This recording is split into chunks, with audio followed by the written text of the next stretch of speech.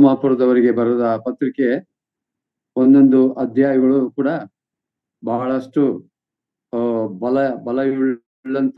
ಬಲವುಳ್ಳಂತ ಅಧ್ಯಾಯಗಳೇ. ಯಾವ ಅಧ್ಯಾಯಗಳು ಕೂಡ ಅದನ್ನ ನಾವು ಕೇವಲವಾಗಿ ತೆಗೆದುಕೊಳ್ಳಿಕ್ಕೆ ಆಗುವುದಿಲ್ಲ. ಪ್ರತಿಯೊಂದೊಂದು ಅಧ್ಯಾಯಗಳು ಬಹಳ ವಿಶೇಷವಾದದ್ದು. ಅದರಲ್ಲಿಯೂ ಕೂಡ 7, 6, 7, 8 ಈ ಅಧ್ಯಾಯಗಳು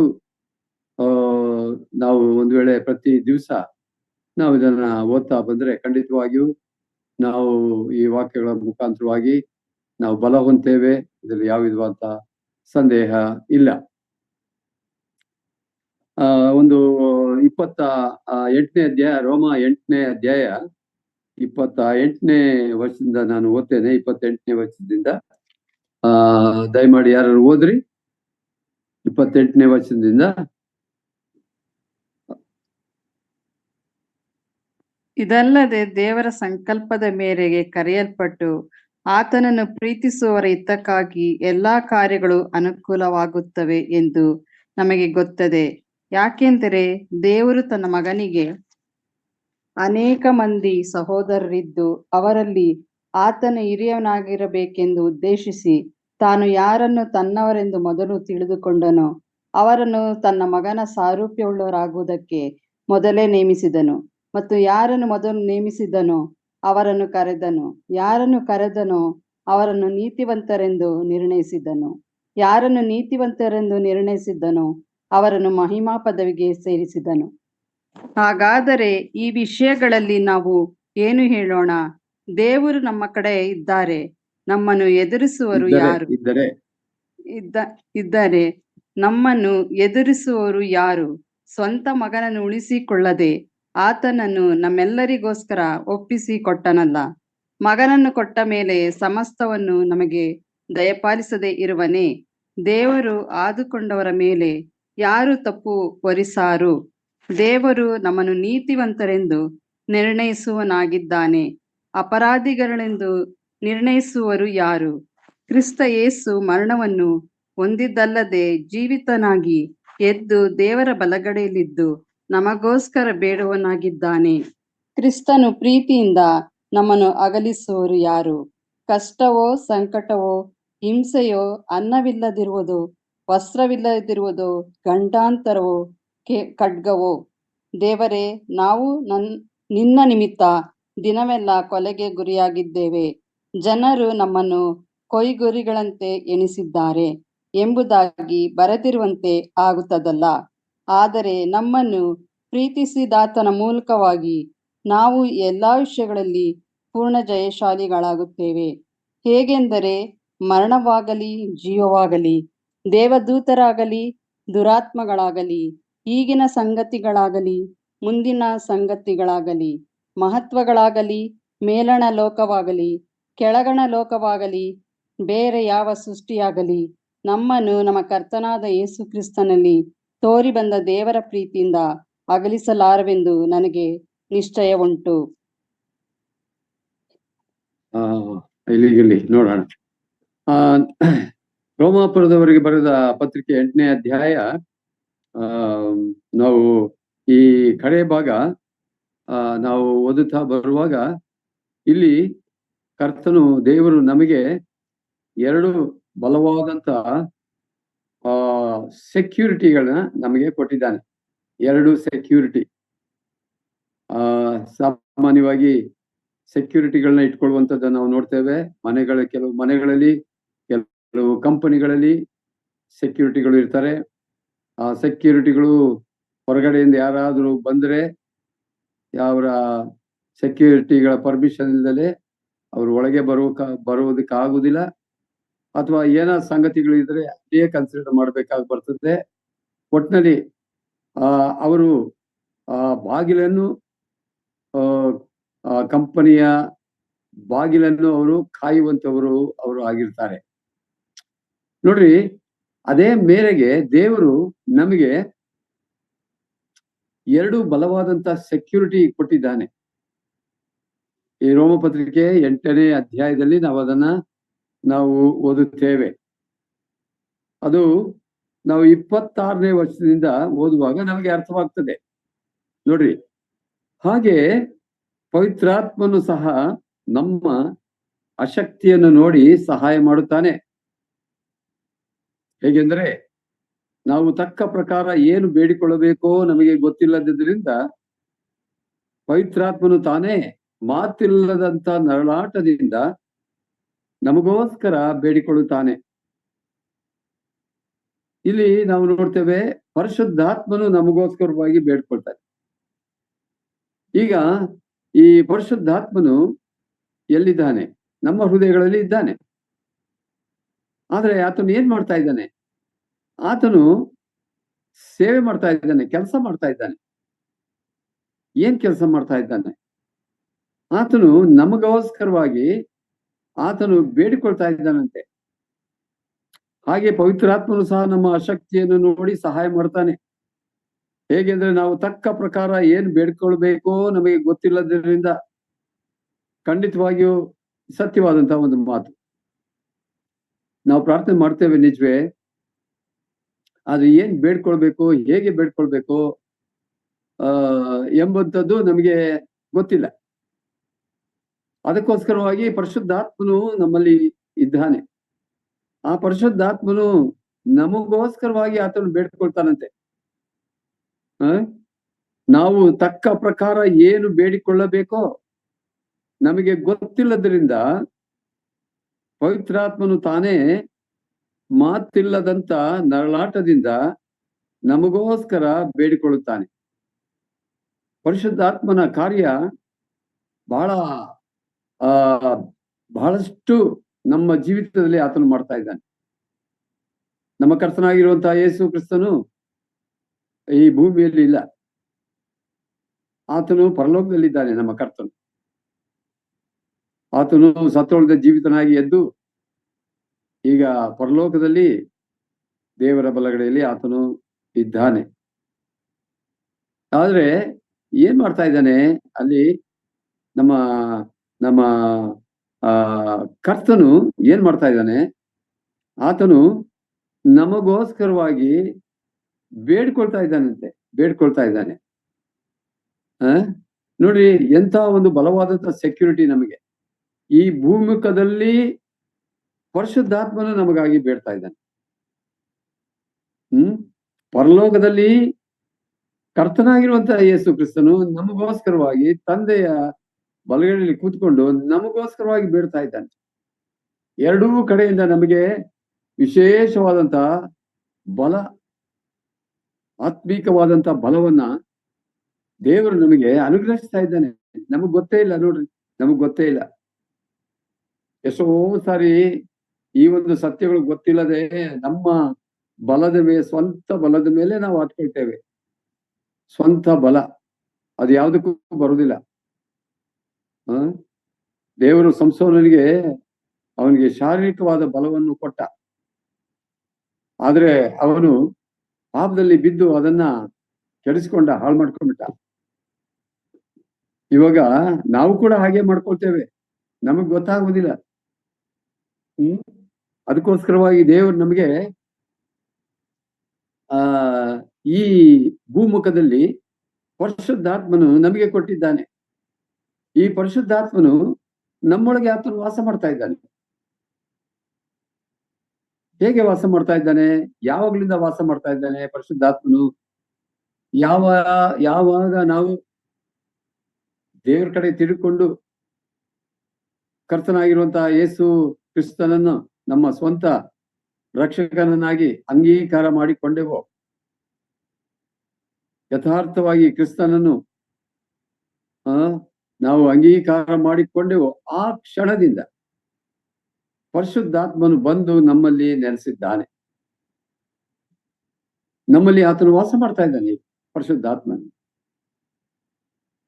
ಇದು ನಾವು ಚೆನ್ನಾಗಿ ತಿಳ್ಕೊಳ್ಬೇಕಾಗಿದೆ. ಈ ಪರಿಶುದ್ಧಾತ್ಮನು ಏನಪ್ಪ ಬಹಳ ದೊಡ್ಡ ಕೆಲಸ ಮಾಡ್ತಾನೆ ನಮಗಾಗಿ. ಏನಂದ್ರೆ, ನಮಗೋಸ್ಕರವಾಗಿ ತಂದೆಯ ಬಲಗಡೆಯಲ್ಲಿ ಬೇಡ್ತಾ ಇದ್ದಾನೆ.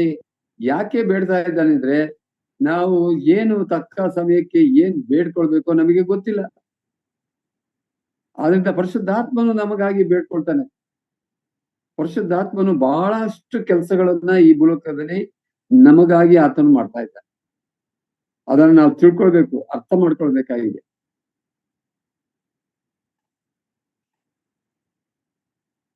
ಈಗ ನೋಡ್ರಿ, ನಾವು ನೋಡ್ತೇವಲ್ಲ, ಹಾಗೆ ಪರಿಶುದ್ಧಾತ್ಮನು ಸಹ ನಮ್ಮ ಅಶಕ್ತಿಯನ್ನು ನೋಡಿ ಸಹಾಯ ಮಾಡುತ್ತಾನೆ. ಹೇಗೆಂದ್ರೆ ನಾವು ತಕ್ಕ ಪ್ರಕಾರ ಏನು ಬೇಡ್ಕೊಳ್ಬೇಕೋ ನಮಗೆ ಗೊತ್ತಿಲ್ಲದರಿಂದ ಪರಿಶುದ್ಧಾತ್ಮನು ತಾನೇ ಮಾತಿಲ್ಲದಂತ ನರಳಾಟದಿಂದ ನಮಗೋಸ್ಕರವಾಗಿ ಬೇಡ್ಕೊಳ್ಳುತ್ತಾನೆ. ಪರಿಶುದ್ಧಾತ್ಮನು ಎಂಥ ಅದ್ಭುತವಾದಂತ ಕೆಲಸವನ್ನು ನಮ್ಮೊಳಗೆ ಆತನು ಮಾಡ್ತಾ ಇದ್ದಾನೆ. ಇದು ನಮಗೆ ದೇವರು ಭೂಮುಖದಲ್ಲಿ ಕೊಟ್ಟಂತ ಒಂದು ಸೆಕ್ಯೂರಿಟಿ, ಬಲವಾದಂತ ಸೆಕ್ಯೂರಿಟಿ ಇದು. ಈ ಸೆಕ್ಯೂರಿಟಿ ಇಲ್ಲದೆ ಹೋಗಿದ್ರೆ ಖಂಡಿತವಾಗಿಯೂ ನಮ್ಮ ಸ್ವಂತ ಬಲ, ಜ್ಞಾನ, ಬುದ್ಧಿ, ಶಕ್ತಿಯಿಂದ ನಾವು ಬದುಕಲಿಕ್ಕೆ ಆಗುವುದಿಲ್ಲ. ನಮಗೆ ಬೇರೊಬ್ಬ ಸಹಾಯಕನು ಬೇಕೇ ಬೇಕು. ಕರ್ತನು ಪರಿಶುದ್ಧಾತ್ಮನಿಗೆ ಬೇರೊಬ್ಬ ಸಹಾಯಕನು ಅಂತ ಹೇಳ್ತಾರೆ.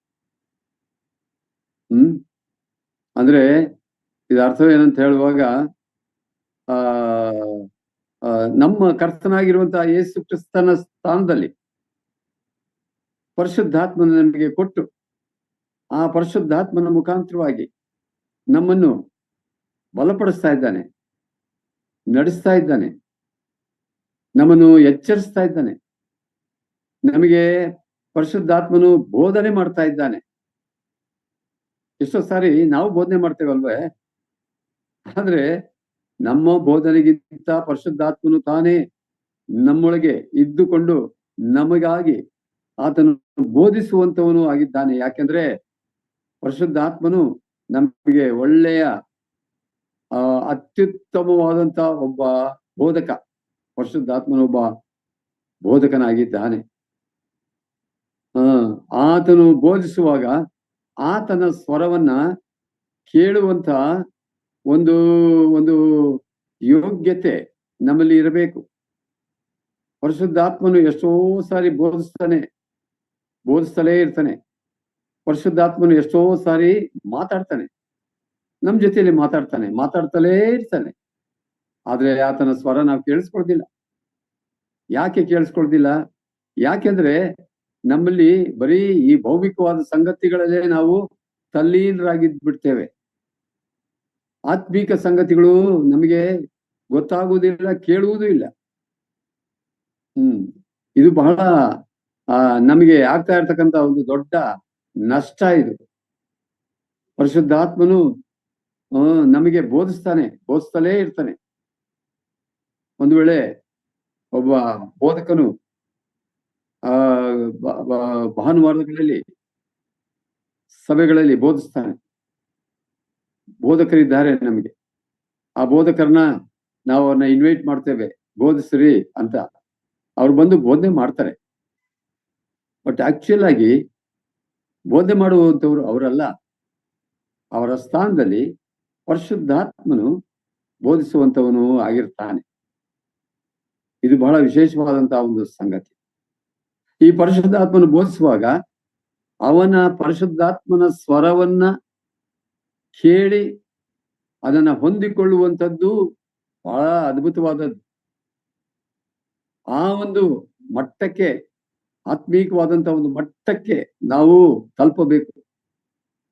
ಪರಿಶುದ್ಧಾತ್ಮನು ಬೋಧಿಸುವಾಗ ನಾವು ಅದನ್ನ ಕೇಳಿಸ್ಕೋಬೇಕು ಮತ್ತು ಅದನ್ನ ಗ್ರಹಿಸ್ಕೊಳ್ಬೇಕು ಮತ್ತು ಅದನ್ನ ಇತರಿಗೆ ನಾವು ಬೋಧಿಸ್ಬೇಕು.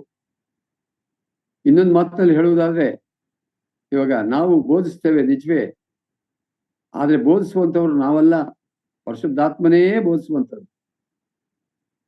ಆ ಪರಿಶುದ್ಧಾತ್ಮನ ಏನ್ ಮಾಡ್ತಾನೆ? ನಮ್ಮ ಬಾಯನ್ನು ಉಪಯೋಗಿಸ್ತಾನೆ, ನಮ್ಮ ತುಟಿಗಳನ್ನ ಆತನು ಉಪಯೋಗಿಸ್ತಾನೆ, ನಮಗೆ ಬೇಕಾದಂತ ಮಾತುಗಳನ್ನು ಕೊಡ್ತಾನೆ, ಬೇಕಾದಂತ ಆಲೋಚನೆಗಳನ್ನ ಪರಿಶುದ್ಧಾತ್ಮ ನಮ್ಗೆ ಕೊಡ್ತಾನೆ. ಅದನ್ನ ನಾವು ಬೋಧಿಸ್ತೇವೆ ಅಷ್ಟೇ. ಇದು ನಮಗೆ ಬಹಳ ದೊಡ್ಡ ಸಹಾಯ. ಇದು ಬಹಳ ಚಂದವಾದಂತ ಒಂದು ಸಹಾಯ ಇದು. ಆದ್ರಿಂದ ನಾವು ಯಾವತ್ತೂ ನಾನು ಹಂಗೆ ಪ್ರಸಂಗ ಮಾಡ್ಬಿಟ್ಟೆ, ಹಿಂಗೆ ಪ್ರಸಂಗ ಮಾಡ್ಬಿಟ್ಟೆ ಅಂತ ನಾವೆಂದಿಗೂ ಜಂಬ ಕೊಚ್ಕೊಳ್ಬಾರ್ದು. ಈ ಜಂಬ ಕೊಚ್ಕೊಳ್ಳುವಂತವ್ರು ದೇವರಿಗೆ ಅವ್ರು ಇಷ್ಟಪಡೋದಿಲ್ಲ ದೇವ್ರು. ಯಾಕೆಂದ್ರೆ ಅದು ಈ ಜಂಬ ಅಂದ್ರೆ ತನ್ನನ್ನು ಹೆಚ್ಚಿಸಿಕೊಳ್ಳುವಂಥದ್ದು ಇದು ಎಲ್ಲಿಂದ ಬರ್ತದೆ ಅಂದ್ರೆ ಇದು ಸೈತಾನಿಂದ ಬರ್ತದೆ. ಹೌದು, ಇದು ಸೈತಾನು ನಮ್ಮನ್ನು ಹಾಗೆ ಅಂತಹ ಸ್ಥಿತಿಗೆ ಅವನು ನಡೆಸ್ತಾನೆ. ಸೈತಾನು ಕೂಡ ಬೋಧಿಸ್ತಾನೆ. ಇದು ಚೆನ್ನಾಗಿ ತಿಳ್ಕೊಬೇಕು ನಾವು. ಸೈತಾನು ಕೂಡ ಬೋಧಿಸ್ತಾನೆ. ಆದ್ರೆ ಎಲ್ಲಿ ಬೋಧಿಸ್ತಾನೆ, ಹೇಗೆ ಬೋಧಿಸ್ತಾನೆ ಅಂತ ನಾವು ನೋಡೋದಾದ್ರೆ, ಈಗ ಉದಾಹರಣೆಗೆ ಸುಳ್ಳು ಬೋಧನೆಗಳಿದೆ. ಸುಳ್ಳು ಬೋಧನೆಗಳು, ಈ ಸುಳ್ಳು ಬೋಧನೆಗಳನ್ನ ಸೈತಾನು ನಮಗೆ ಬೋಧಿಸ್ತಾನೆ. ನಾವು ಅದನ್ನ ಇತರಿಗೆ ಬೋಧಿಸ್ತೇವೆ. ಸುಳ್ಳು ಬೋಧನೆಗಳು, ಫಾಲ್ಸ್ ಡಾಕ್ಟ್ರಿನ್ಸ್, ಇದು ಭಯಂಕರವಾದಂತ ಒಂದು ಸಂಗತಿ. ನಮ್ಮ ಬಾಯನ್ನು ಸೈತಾನ್ ಉಪಯೋಗಿಸ್ತಾನೆ, ನಮ್ಮ ತುಟಿಗಳನ್ನು ಸೈತಾನ್ ಉಪಯೋಗಿಸ್ತಾನೆ, ನಮ್ಮ ಹೃದಯವನ್ನು, ನಮ್ಮ ಮನಸ್ಸನ್ನೂ ಕೂಡ ಸೈತಾನ್ ಉಪಯೋಗಿಸ್ತಾನೆ. ಅದರಿಂದ ಬಹಳ ಎಚ್ಚರಿಕೆ ಆಗಿರ್ಬೇಕು. ನಾವೇನ್ ಬೋಧಿಸ್ತೇವೆ, ಹೇಗೆ ಬೋಧಿಸ್ತೇವೆ. ಪವಿತ್ರಾತ್ಮ ಪ್ರೇರಿತರಾಗಿ ಪೌಲ ಆ ಮಾತುಗಳನ್ನ ಹೇಳ್ತಾನೆ. ಪವಿತ್ರಾತ್ಮ ಪ್ರೇರಿತರಾಗಿ ನಾವು ಬೋಧಿಸ್ತೇವಾ? ಇಲ್ಲದಿದ್ರೆ ಅದು ನಾವು ಸೈತಾನದಿಂದ ಪ್ರೇರಿತರಾಗಿ ಬೋಧಿಸ್ತೇವೆ. ಸೈತಾನ ಏನ್ ಬೋಧಿಸ್ತಾನೆ? ಎಲ್ಲಾ ಸುಳ್ಳು ಬೋಧನೆಗಳನ್ನೇ ಅವನು ಬೋಧಿಸ್ತಾನೆ. ಅವನು ಸತ್ಯವನ್ನ ಆತನು ಆಡುವುದಿಲ್ಲ, ಸೈತಾನ. ಸೊ ಅದರಿಂದ ಇದು ಸೈತಾನ ಬೋಧನೆ, ಇದು ಸತ್ಯ ಬೋಧನೆ ಅಂತ ನಾವು ಮೊದಲೇ ಯೋಹಾನನ ಪತ್ರಿಕೆಯಲ್ಲಿ ಅದನ್ನು ವಿಂಗಡಣೆ ಮಾಡುವುದನ್ನ ನಾವು ನೋಡ್ತೇವೆ. ಅಲ್ಲಿ ಇದು ಸೈತಾನ ಸ್ವರ, ಇದು ದೇವರಾತ್ಮನ ಸ್ವರ. ಬಹಳ ಗಂಭೀರವಾದಂತ ಒಂದು ವಿಷಯ ಇದೆಲ್ಲ. ಸೊ ಅದರಿಂದ ನಾವು ಇಲ್ಲಿ ನೋಡ್ಬೇಕಂತ ಒಂದು ಸಂಗತಿ ಏನಂದ್ರೆ, ನಾವು ವಾಕ್ಯದಲ್ಲಿ ನಾವು ನೋಡ್ತೇವೆ, ಹಾಗೆ ಪವಿತ್ರಾತ್ಮನು ಸಹ ನಮ್ಮ ಅಶಕ್ತಿಯನ್ನು ನೋಡಿ ಸಹಾಯ ಮಾಡ್ತಾನೆ. ಹೇಗೆಂದ್ರೆ ನಾವು ತಕ್ಕ ಪ್ರಕಾರ ಏನು ಬೇಡ್ಕೊಳ್ಬೇಕೋ ನಮಗೆ ಗೊತ್ತಿಲ್ಲದ್ರಿಂದ ಪವಿತ್ರಾತ್ಮನು ತಾನೇ ಮಾತಿಲ್ಲದಂತ ನರಳಾಟದಿಂದ ನಮಗೋಸ್ಕರ ಬೇಡಿಕೊಳ್ತಾನೆ. ಆದ್ರೆ ಹೃದಯಗಳನ್ನು ಶೋಧಿಸಿ ನೋಡುವ ಆತನಿಗೆ ಪವಿತ್ರಾತ್ಮನ ಮನೋಭಾವ ಏನೆಂದೂ ತಿಳಿದಿದೆ. ಆ ಆತ್ಮನು ನೋಡ್ರಿ ಹೇಗೆ ಬೋಧಿಸ್ತಾನೆ, ದೇವರ ಚಿತ್ತಾನುಸಾರವಾಗಿ ನಮಗೆ ಬೋಧಿಸ್ತಾನೆ. ದೇವರ ಚಿತ್ತಾನುಸಾರ ನೋಡಿ, ಪರಿಶುದ್ಧಾತ್ಮನು ಹಾಗೆ ನಮಗೆ ಬೋಧನೆ ಮಾಡ್ತಾನೆ. ಆಮೇಲೆ ದೇವ ಜನರಿಗೋಸ್ಕರವಾಗಿ ಆತನು ಬೋಧಿಸ್ತಾನೆ. ದೇವರ ಚಿತ್ತಾನುಸಾರ ಮತ್ತು ದೇವ ಜನರಿಗೋಸ್ಕರವಾಗಿ ಪರಿಶುದ್ಧಾತ್ಮನು ನಮಗೋಸ್ಕರವಾಗಿ ಅವನು ಬೇಡ್ಕೊಳ್ತಾನೆ. ಆಮೇಲೆ 28ನೇ ವಚನದ ಹೀಗೆ ನಾವು ಓದ್ತೇವೆ. ಇಲ್ಲಿ ನಾವು ನೋಡುವಾಗ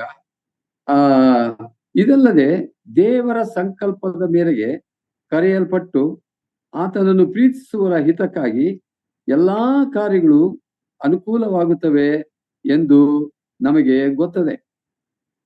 ಯಾಕೆಂದ್ರೆ ದೇವರು ತನ್ನ ಮಗನಿಗೆ ಅನೇಕ ಮಂದಿ ಸಹೋದರರಿದ್ದು ಅವರಲ್ಲಿ ಆತನೇ ಹಿರಿಯನಾಗಿರಬೇಕೆಂದು ಉದ್ದೇಶಿಸಿ ತಾನು ಯಾರನ್ನು ತನ್ನವರೆಂದು ಮೊದಲು ತಿಳ್ಕೊಂಡನೋ ಅವರನ್ನು ಆತನ ಮಗನ ಸಾರೂಪ್ಯವುಳ್ಳವರಾಗುವುದಕ್ಕೆ ಮೊದಲೇ ನೇಮಿಸಿದನು. ಮತ್ತು ಯಾರನ್ನು ಮೊದಲು ನೇಮಿಸಿದನೋ ಅವರನ್ನು ಕರೆದನು, ಯಾರನ್ನು ಕರೆದನೋ ಅವರನ್ನು ನೀತಿವಂತರೆಂದು ನಿರ್ಣಯಿಸಿದನು, ಯಾರನ್ನು ನೀತಿವಂತರೆಂದು ನಿರ್ಣಯಿಸಿದನೋ ಅವರನ್ನು ಮಹಿಮಾ ಪದವಿಗೆ ಸೇರಿಸಿದನು ಎಂಬುದಾಗಿ ನಾವು ಓದ್ತೇವೆ. ನೋಡ್ರಿ, ಇಲ್ಲಿ ನಾವು ಓದುವ ಭಾಗ ಬಹಳ ಒಂದು ಅದ್ಭುತವಾದಂತ ರೀತಿಯಲ್ಲಿ ಇದೆ. ಪರಿಶುದ್ಧಾತ್ಮನು ಬೋಧನೆ ಮಾಡ್ತಾನೆ. ಪರಿಶುದ್ಧಾತ್ಮನು ಹೇಗೆ ಬೋಧನೆ ಮಾಡ್ತಾನೆ? ನಮ್ಮ ಹೃದಯದೊಳಗಿಂದ ಆತನು ಬೋಧನೆ ಮಾಡ್ತಾನೆ. ನಮ್ಮ ಬಾಯಿಗಳನ್ನು ಉಪಯೋಗಿಸ್ತಾನೆ, ನಮ್ಮ ತುಟಿಗಳನ್ನು ಉಪಯೋಗಿಸ್ತಾನೆ, ನಮ್ಮ ಯೋಚನೆಗಳನ್ನು ಉಪಯೋಗಿಸ್ತಾನೆ. ಪರಿಶುದ್ಧಾತ್ಮ ಆತನು ನಮಗೆ ಬೋಧನೆ ಮಾಡ್ತಾನೆ. ಇದು ಪರಿಶುದ್ಧಾತ್ಮನಿಂದ ಬಂದಂತ ಬೋಧನೆಗಳೇ ಎಂಬುದಾಗಿ ನಾವು ಅದನ್ನ ತಿಳ್ಕೊಂಡಂತವರಾಗಿ ನಾವು ಅದನ್ನ ಜನರಿಗೆ ನಾವು ಬೋಧನೆ ಮಾಡುವಂತವರು ಆಗಿರ್ತೇವೆ. ವಾಕ್ಯ ಇಲ್ಲಿ ನಾವು ನೋಡ್ತೇವೆ ಏನಂದ್ರೆ, ಇದಲ್ಲದೆ ದೇವರ ಸಂಕಲ್ಪದ ಮೇರೆಗೆ ಕರೆಯಲ್ಪಟ್ಟು ಆತನನ್ನು ಪ್ರೀತಿಸುವ ಹೇತಕ್ಕಾಗಿ ಎಲ್ಲಾ ಕಾರ್ಯಗಳು ಅನುಕೂಲವಾಗುತ್ತವೆ ಎಂದು ನಮಗೆ ಗೊತ್ತದೆ. ಯಾಕೆಂದ್ರೆ ದೇವರು ತನ್ನ ಮಗನಿಗೆ ಅನೇಕ ಮಂದಿ ಸಹೋದರರಿದ್ದು, ಇದು ದೇವರ ಒಂದು ದೊಡ್ಡ ಆಕಾಂಕ್ಷೆ, ದೇವರ ಒಂದು ಚಿತ್ತ ಮತ್ತು ದೇವರ ಸಂಕಲ್ಪ. ಏನು ದೇವರ ಸಂಕಲ್ಪ? ಇಲ್ಲಿ ನಾವು ಓದ್ತೇವೆ, ಅನೇಕ ಮಂದಿ ಸಹೋದರರಿದ್ದು ಅವರಲ್ಲಿ ಆತನೇ ಹಿರಿಯನಾಗಿರಬೇಕೆಂದು. ಅಂದ್ರೆ ಆತನೇ ಅಂತ ಹೇಳುವಾಗ ನಮ್ಮ ಕರ್ತನಾಗಿರುವಂತ ಯೇಸು ಕ್ರಿಸ್ತನೇ, ಆತನೇ ಹಿರಿಯನಾಗಿರಬೇಕೆಂದು ಉದ್ದೇಶಿಸಿ ತಾನು ಯಾರನ್ನು ತನ್ನವರೆಂದು ಮೊದಲು ತಿಳ್ಕೊಂಡನೋ. ಇದು ಬಹಳ ಸೂಕ್ಷ್ಮವಾಗಿ ನಾವು ಇದನ್ನ ಅರ್ಥ ಮಾಡ್ಕೊಳ್ಬೇಕಾಗಿದೆ.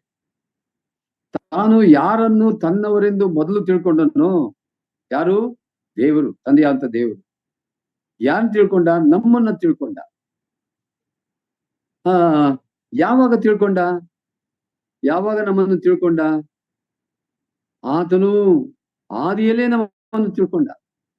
ನೆನ್ನೆ ಮೊನ್ನೆ ಅಲ್ಲ, ಆದಿಯಲ್ಲಿಯೇ ಆತನು ನಮ್ಮನ್ನು ತಿಳ್ಕೊಂಡ್ಬಿಟ್ಟ. ಅಂದ್ರೆ ಅರ್ಥ ಏನಂದ್ರೆ, ನಮ್ಮನ್ನು ಹೇಗೆ ತಿಳ್ಕೊಂಡ? ನಾವು ಒಂದು ದಿವಸ ದೇವ್ರ ಕಡೆ ತಿಳ್ಕೊಳ್ತೇವೆ ಅಂತ ದೇವರಿಗೆ ಗೊತ್ತು. ಆದ್ರಿಂದ ದೇವ್ರ ಏನ್ ಮಾಡ್ಬಿಟ್ಟ, ನಮ್ಮನ್ನ ಲೋಕದ ಪ್ರಾರಂಭದಲ್ಲಿಯೇ ನಮ್ಮನ್ನು ಆತನು ತನ್ನ ಮಕ್ಕಳನ್ನಾಗಿ, ತನ್ನ ಜನರಾಗಿ ದೇವರ ಆರಿಸ್ಕೊಂಡ್ಬಿಟ್ಟ. ಜಗದುತ್ಪತ್ತಿಗೆ ಮೊದಲೇ ದೇವರು ನಮ್ಮನ್ನು ಆರಿಸ್ಕೊಂಡ್ಬಿಟ್ಟ. ದೇವರಿಗೆ ಗೊತ್ತು ತನ್ನವರು ಯಾರೆಂಬುದಾಗಿ ಚೆನ್ನಾಗಿ ಗೊತ್ತು. ಪರಿಶುದ್ಧಾತ್ಮನಿಗೆ ಗೊತ್ತು ತನ್ನವರು ಯಾರೆಂಬುದಾಗಿ ಚೆನ್ನಾಗಿ ಗೊತ್ತು. ಇವರು ದೇವರ ಮಕ್ಕಳು, ಇವರು ಸೈತಾನ ಮಕ್ಕಳು, ಚೆನ್ನಾಗಿ ಗೊತ್ತು. ಆದ್ರಿಂದ ಬಹಳ ಚಂದವಾಗಿ ಸರಿಯಾಗಿ ನಾವು ತಿಳ್ಕೊಳ್ಬೇಕಾದ ಸಂಗತಿ ಏನಪ್ಪಾ ಅಂದ್ರೆ, ನಮ್ಮೊಳಗೆ ಪರಿಶುದ್ಧಾತ್ಮನು ಇದ್ದಾನ ಅಥವಾ ಇಲ್ಲವೋ? ಪರಿಶುದ್ಧಾತ್ಮನು ಇದ್ದಾನೆ ಎಂಬುದಕ್ಕೆ ಗುರುತು ಏನಂತ ಹೇಳುವಾಗ, ಆತನು ನಮ್ಮ ಹೃದಯದೊಳಗೆ ಆತನು ಬಂದು ನೆಲೆಸಿದ್ದ. ಯಾವಾಗ ಕರ್ತನಾಗಿರುವಂತ ಯೇಸು ಕ್ರಿಸ್ತನನ್ನು ನಮ್ಮ ಸ್ವಂತ ರಕ್ಷಕನನ್ನಾಗಿ ಯಥಾರ್ಥವಾಗಿ, ನಾನು ಹೇಳುವಂಥದ್ದು ಯಥಾರ್ಥವಾಗಿ ಸತ್ಯವಾಗಿ ಕ್ರಿಸ್ತನನ್ನು ನಮ್ಮ ಹೃದಯಗಳಿಗೆ ಅಂಗೀಕಾರ ಮಾಡ್ಕೊಂಡ್ವೋ, ನಮ್ಮ ಸ್ವಂತ ರಕ್ಷಕನನ್ನಾಗಿ ಅಂಗೀಕಾರ ಮಾಡ್ಕೊಂಡ್ವೋ, ಆ ಮೂಮೆಂಟ್ ಅಲ್ಲೇ, ಆ ಕ್ಷಣದಲ್ಲಿಯೇ ಪರಿಶುದ್ಧಾತ್ಮನು ನಮ್ಮೊಳಗೆ ಇಳಿದು ಬಂದ್ಬಿಡ್ತಾನೆ. ಪರಿಶುದ್ಧಾತ್ಮನು ನಮ್ಮೊಳಗೆ ಇಳಿದು ಬಂದು ಮುದ್ರೆಯಾಗಿ ಒತ್ತಲ್ಪಡ್ತಾನೆ. ನಮ್ಮಲ್ಲಿ ಮುದ್ರೆ. ಅದನ್ನ ಎಫೆಸ ಪತ್ರಿಕೆಯಲ್ಲಿ ನಾವು ಅದನ್ನು ಓದ್ತೇವೆ. ಎಫೆಸ ಪತ್ರಿಕೆಯಲ್ಲಿ ಅದನ್ನ ಓದ್ಬಿಟ್ಟು ಮುಂದಕ್ಕೆ ಹೋಗೋಣ. ಎಫೆಸ ಪತ್ರಿಕೆಯಲ್ಲಿ ನಾವು ಓದುವಾಗ ಇಲ್ಲಿ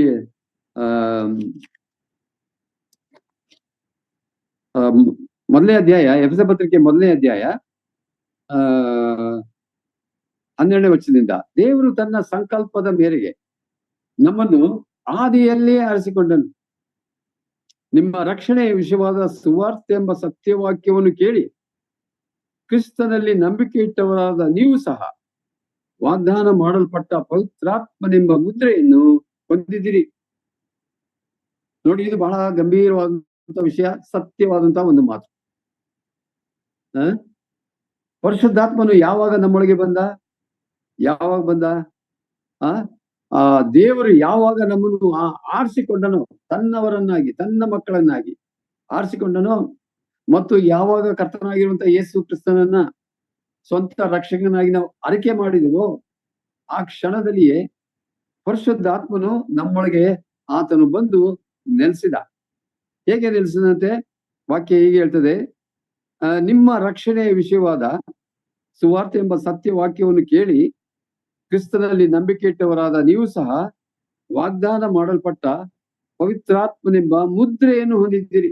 ಮುದ್ರೆ ಪರಿಶುದ್ಧಾತ್ಮನು ನಮಗೆ ನಮ್ಮೊಳಗೆ ಬಂದಾಗ ಈಗ ಏನಾಗಿದೆ ಅಂದ್ರೆ ಮುದ್ರೆಯಾಗಿ ಆತನು ಒತ್ತಲ್ಪಟ್ಟಿದ್ದಾನೆ.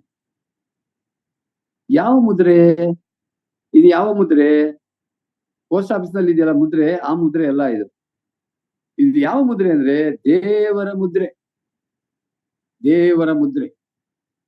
ಯಾವಾಗ ಒಬ್ಬ ಪಾಪಿ ಯೇಸು ಕ್ರಿಸ್ತನ ನಂಬಿ ದೇವರ ಕಡೆ ತಿಳ್ಕೊಂಡು ಕ್ರಿಸ್ತನನ್ನು ಹೃದಯದಲ್ಲಿ ಅಂಗೀಕಾರ ಮಾಡ್ಕೊಳ್ತಾನೋ, ಆವಾಗ ದೇವರು ಅವನಲ್ಲಿ ಪರಿಶುದ್ಧಾತ್ಮನನ್ನು ಕೊಟ್ಟು ಆ ಪರಿಶುದ್ಧಾತ್ಮನ ಮುಖಾಂತರವಾಗಿ ದೇವರ ಮುದ್ರೆಯಾಗಿ ಅವನು ಒತ್ತಲ್ಪಡ್ತಾನೆ. ಇನ್ನೊಂದು ಮಾತನಲ್ಲಿ ಹೇಳುದಾದ್ರೆ, ಈ ಮುದ್ರೆ ಅಂತ ಹೇಳುವಾಗ ಒಬ್ಬ ಮಾಲೀಕನಿಗೆ ಸೇರಿದಂತ ಒಂದು ಸ್ವತ್ತು ಅಂತ ಅದರ ಅರ್ಥ. ಅಂದ್ರೆ ಅರ್ಥ ಏನಂದ್ರೆ, ನಾವು ಯಾವಾಗ ಕ್ರಿಸ್ತನನ್ನು ನಂಬಿ ಅಂಗೀಕಾರ ಮಾಡಿದ್ವೋ ಆಗ ಪರಿಶುದ್ಧಾತ್ಮನು ಬಂದು ನಮ್ಮೊಳಗೆ ಮುದ್ರೆಯಾಗಿ ಒತ್ತಲ್ಪಟ್ಟ. ಆ ಮುದ್ರೆ ಯಾವ್ದಂದ್ರೆ, ನಾವು ಇನ್ನು ನಮ್ಮ ಸ್ವಂತ ಸ್ವತ್ತು ಅಲ್ಲ, ನಾವು ದೇವರ ಸ್ವತ್ತು ಆಗ್ಬಿಟ್ವಿ. ಆ ದೇವರ ಸ್ವತ್ತು ಅನ್ನೋದಕ್ಕೆ ಗುರುತೇನೆಂದ್ರೆ ಪರಿಶುದ್ಧಾತ್ಮನೇ ಗುರುತು. ಆ ಪರಿಶುದ್ಧಾತ್ಮನ ನಮ್ಮೊಳಗೆ ಮುದ್ರೆಯಾಗಿ ಒತ್ತಲ್ಪಟ್ಟಿದ್ದಾನೆ. ಆಮೇಲೆ ಇಲ್ಲಿ ವಾಕ್ಯ ಹೇಳ್ತದೆ 14ನೇ ವಚನ, ದೇವರು ಸಂಪಾದಿಸಿಕೊಂಡ ಜನರಿಗೆ ವಿಮೋಚನೆಯಾಗುವುದೆಂಬುದಕ್ಕೆ ಪವಿತ್ರಾತ್ಮನು ನಮ್ಮ ಬಾಧ್ಯತೆಗೆ ಸಂಚಕಾರವಾಗಿದ್ದಾನೆ. ಪರಿಶುದ್ಧಾತ್ಮನು ನಮ್ಮಲ್ಲಿ ಸಂಚಕಾರವಾಗಿದ್ದಾನೆ. ಏನು ಸಂಚಕಾರ ಅಂದ್ರೆ ಅರ್ಥವೇನಂದ್ರೆ, ಆತನು ನಮ್ಮೊಳಗೆ ಬರುತ್ತಾ ಹೋಗುತ್ತಾ ಕಾರ್ಯವನ್ನು ಮಾಡುತ್ತಾ ನಮ್ಮನ್ನು ಸತ್ಯಕ್ಕೆ ನಡೆಸುತ್ತಾ ನಮ್ಮನ್ನು ಸಭೆಯಾಗಿ ನಡೆಸುತ್ತಾ ಮತ್ತು ಈ ರೀತಿಯಲ್ಲಿ ಆತನು ಸಂಚಕಾರವಾಗಿ ಆತನು ಕೆಲಸ ಮಾಡ್ತಾ ಇದ್ದಾನೆ ಪರಿಶುದ್ಧಾತ್ಮನು. ಇಲ್ಲಿ ವಾಕ್ಯ ಬಹಳ ಚಂದವಾಗಿದೆ. ನಮ್ಮ ಬಾಧ್ಯತೆಗೆ ಸಂಚಕಾರವಾಗಿದ್ದಾನೆ. ಆ ವಿಮೋಚನೆಯು ದೇವರ ಮಹಿಮೆಗೆ ಎಷ್ಟೋ ಪ್ರಖ್ಯಾತಿಯನ್ನು ಉಂಟು ಮಾಡುವುದು ಎಂಬುದಾಗಿ ನಾವು ಓದ್ತೇವೆ. ಹಾಗಾದ್ರೆ ಇಲ್ಲಿ ನಾವು ನೋಡ್ತಕ್ಕ ಸಂಗತಿ ಏನಪ್ಪಾ ಅಂದ್ರೆ, ಪರಿಶುದ್ಧಾತ್ಮನು ಒಂದು ಸಾರಿ ನಮ್ಮೊಳಗೆ ಬಂದ ಮೇಲೆ ಅವನು ಮುದ್ರೆಯಾಗಿ ಒತ್ತಲ್ಪಡ್ತಾನೆ. ಮುದ್ರೆಯಾಗಿ ಒತ್ತಲ್ಪಟ್ಟ ಮೇಲೆ ಈ ಪರಿಶುದ್ಧಾತ್ಮನು ಇನ್ನೆಂದೆಂದಿಗೂ ನಮ್ಮನ್ನ ಬಿಟ್ಟು ಹೋಗುವುದಿಲ್ಲ. ಯಾಕೆಂದ್ರೆ ಇದು ದೇವರು ತಾನೇ ನಮಗೆ ಈ ಪವಿತ್ರಾತ್ಮನ ನಮಗೆ ಕೊಟ್ಟದ್ದು. ಬಹಳ ಚಂದವಾದಂತ ಮನೋಹರವಾದಂತ ಒಂದು ಸತ್ಯವಾದಂತಹ ಒಂದು ಸಂಗತಿ. ಎಷ್ಟೋ ಜನಗಳಿಗೆ, ಎಷ್ಟೋ ಕ್ರೈಸ್ತರೆನಿಸಿಕೊಂಡಂತವರಿಗೆ ಚೆನ್ನಾಗಿ ತಿಳ್ಕೊಬೇಕಿದ್ದೇನೆ, ಎಷ್ಟೋ ಕ್ರೈಸ್ತರೆಂಬುದಾಗಿ ಎಣಿಸ್ಕೊಂಡಂತವರಿಗೆ ಈ ಪರಿಶುದ್ಧಾತ್ಮನ ವಿಷಯದಲ್ಲಿ ಬಹಳಷ್ಟು ಸಂಶಯ ಉಂಟು. ಬಹಳಷ್ಟು ಸಂಶಯ, ಸಂಶಯದ ಮೇಲೆ ಸಂಶಯ, ಸಂಶಯ ಸಂಶಯ. ಏನು ಸಂಶಯ? ಪರಿಶುದ್ಧಾತ್ಮ ನಮ್ಮಲ್ಲಿ ಇದ್ದಾನ? ಪರಿಶುದ್ಧಾತ್ಮನ ಅವರಲ್ಲಿ ಇದ್ದಾನ? ನಮ್ಮನ್ನ ನಾವು ಪರೀಕ್ಷೆ ಮಾಡ್ಕೊಳ್ಳೋದು, ಇನ್ನೊಬ್ಬರ ಪರೀಕ್ಷೆ ಮಾಡ್ಕೊಳ್ತೇವೆ ನಾವು. ಪರಿಶುದ್ಧಾತ್ಮ ನಮ್ಮಲ್ಲಿ ಇದ್ದಾನ ಎಂಬಂತ ಈ ಸಂದೇಹ ಇದೆಯಲ್ಲ, ಈ ಸಂದೇಹ ನಿಜವಾಗಿಯೂ ನಮ್ಮನ್ನು ಸತ್ಯಕ್ಕೆ ನಡೆಸುವುದಿಲ್ಲ. ಸಂದೇಹ ಪಡುವವನು ಗಾಳಿ ಬಡಿಕೊಂಡ ಹಾಗೆ ಅವನು ತೂರಾಡ್ಕೊಂಡು ಅತ್ತಿತ್ತ ಓಡಾಡ್ತಾ ಇರ್ತಾನೆ. ಒಂದು ದೃಢವಾಗಿ ಸ್ಥಿರವಾಗಿ ನಿಲ್ಲಿಕ್ಕೆ ಆಗುದಿಲ್ಲ ಅವನು. ಆದ್ರಿಂದ ನಾವೆಂದಿಗೂ ಪರಿಶುದ್ಧಾತ್ಮನ ವಿಷಯದಲ್ಲಿ ಸಂದೇಹ ಪಡಬಾರ್ದು. ಒಂದು ಖಡಕ್ ಆಗಿ ಹೌದು, ಪರಿಶುದ್ಧಾತ್ಮನನ್ನು ನನ್ನೊಳಗೆ ನೆಲೆಸಿದ್ದಾನೆ, ನನ್ನೊಳಗೆ ಆತನು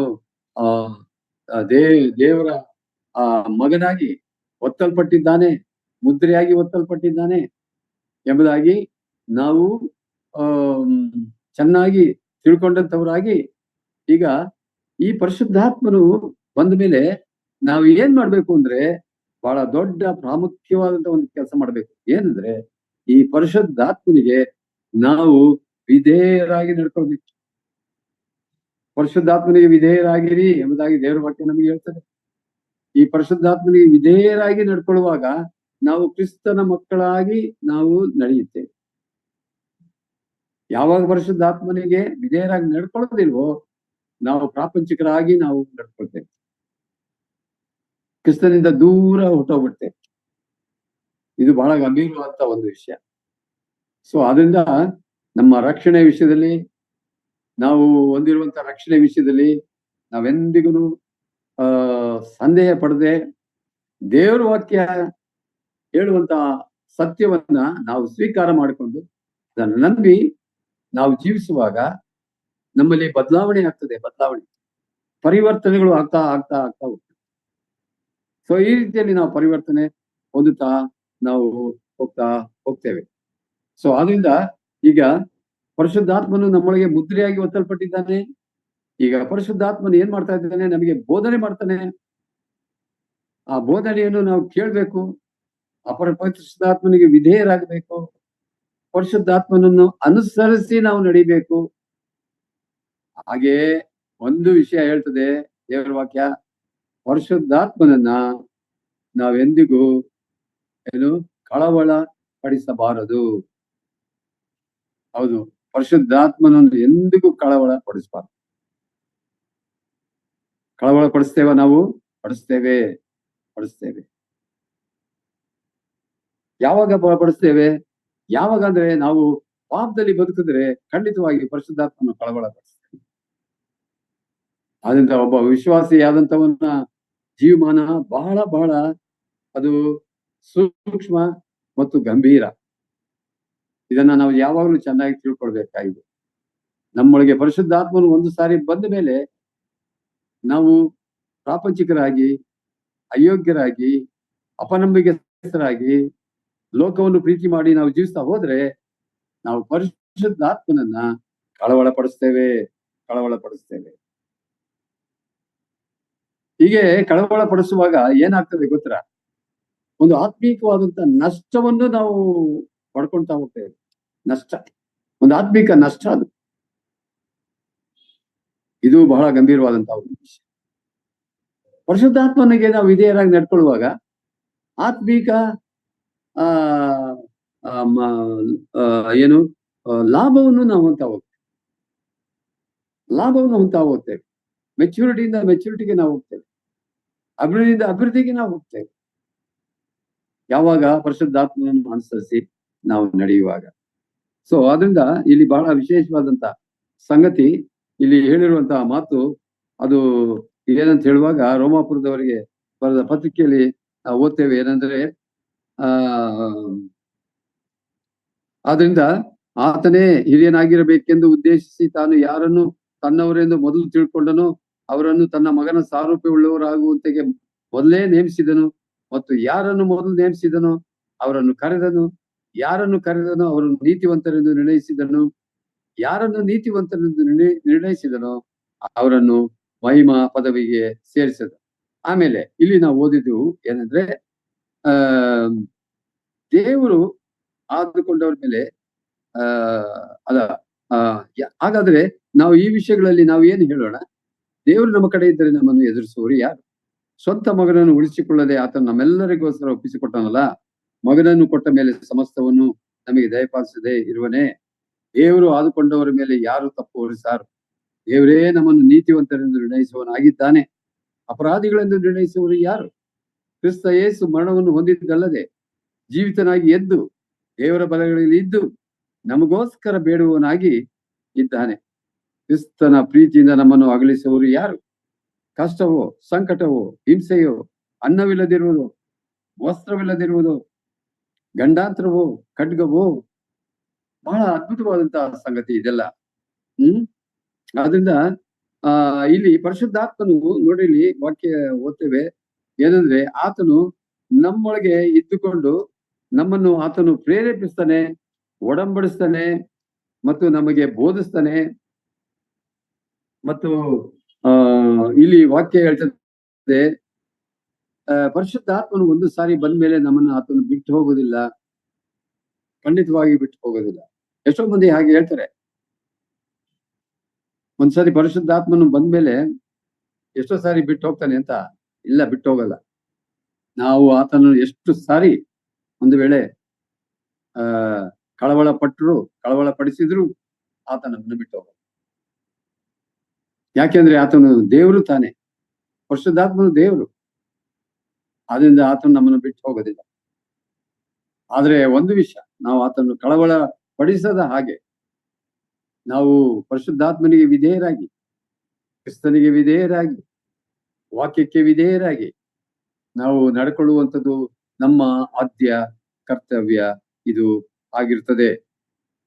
ಈಗ ಮುಂದಕ್ಕೆ ಹೋಗ್ತೇನೆ. ಏನಂದ್ರೆ ಈ ಪರಿಶುದ್ಧಾತ್ಮನು ನಮ್ಮಲ್ಲಿ ಇರುವಾಗ ಏನಾಗ್ತದೆಪ್ಪ ಅಂತ ಹೇಳುವಾಗ ಆ ನಮಗೆ ಮತ್ತೊಂದು ಇದನ್ನ ಕೊಡ್ತಾನೆ.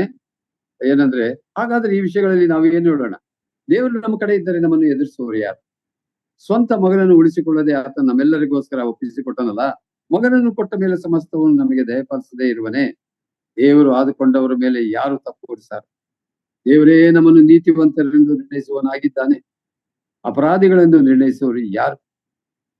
ಕ್ರಿಸ್ತ ಯೇಸು ಮರಣವನ್ನು ಹೊಂದಿದ್ದಲ್ಲದೆ ಜೀವಿತನಾಗಿ ಎದ್ದು ದೇವರ ಬಲಗಳಲ್ಲಿ ಇದ್ದು ನಮಗೋಸ್ಕರವಾಗಿ ಬೇಡುವನಾಗಿದ್ದಾನೆ.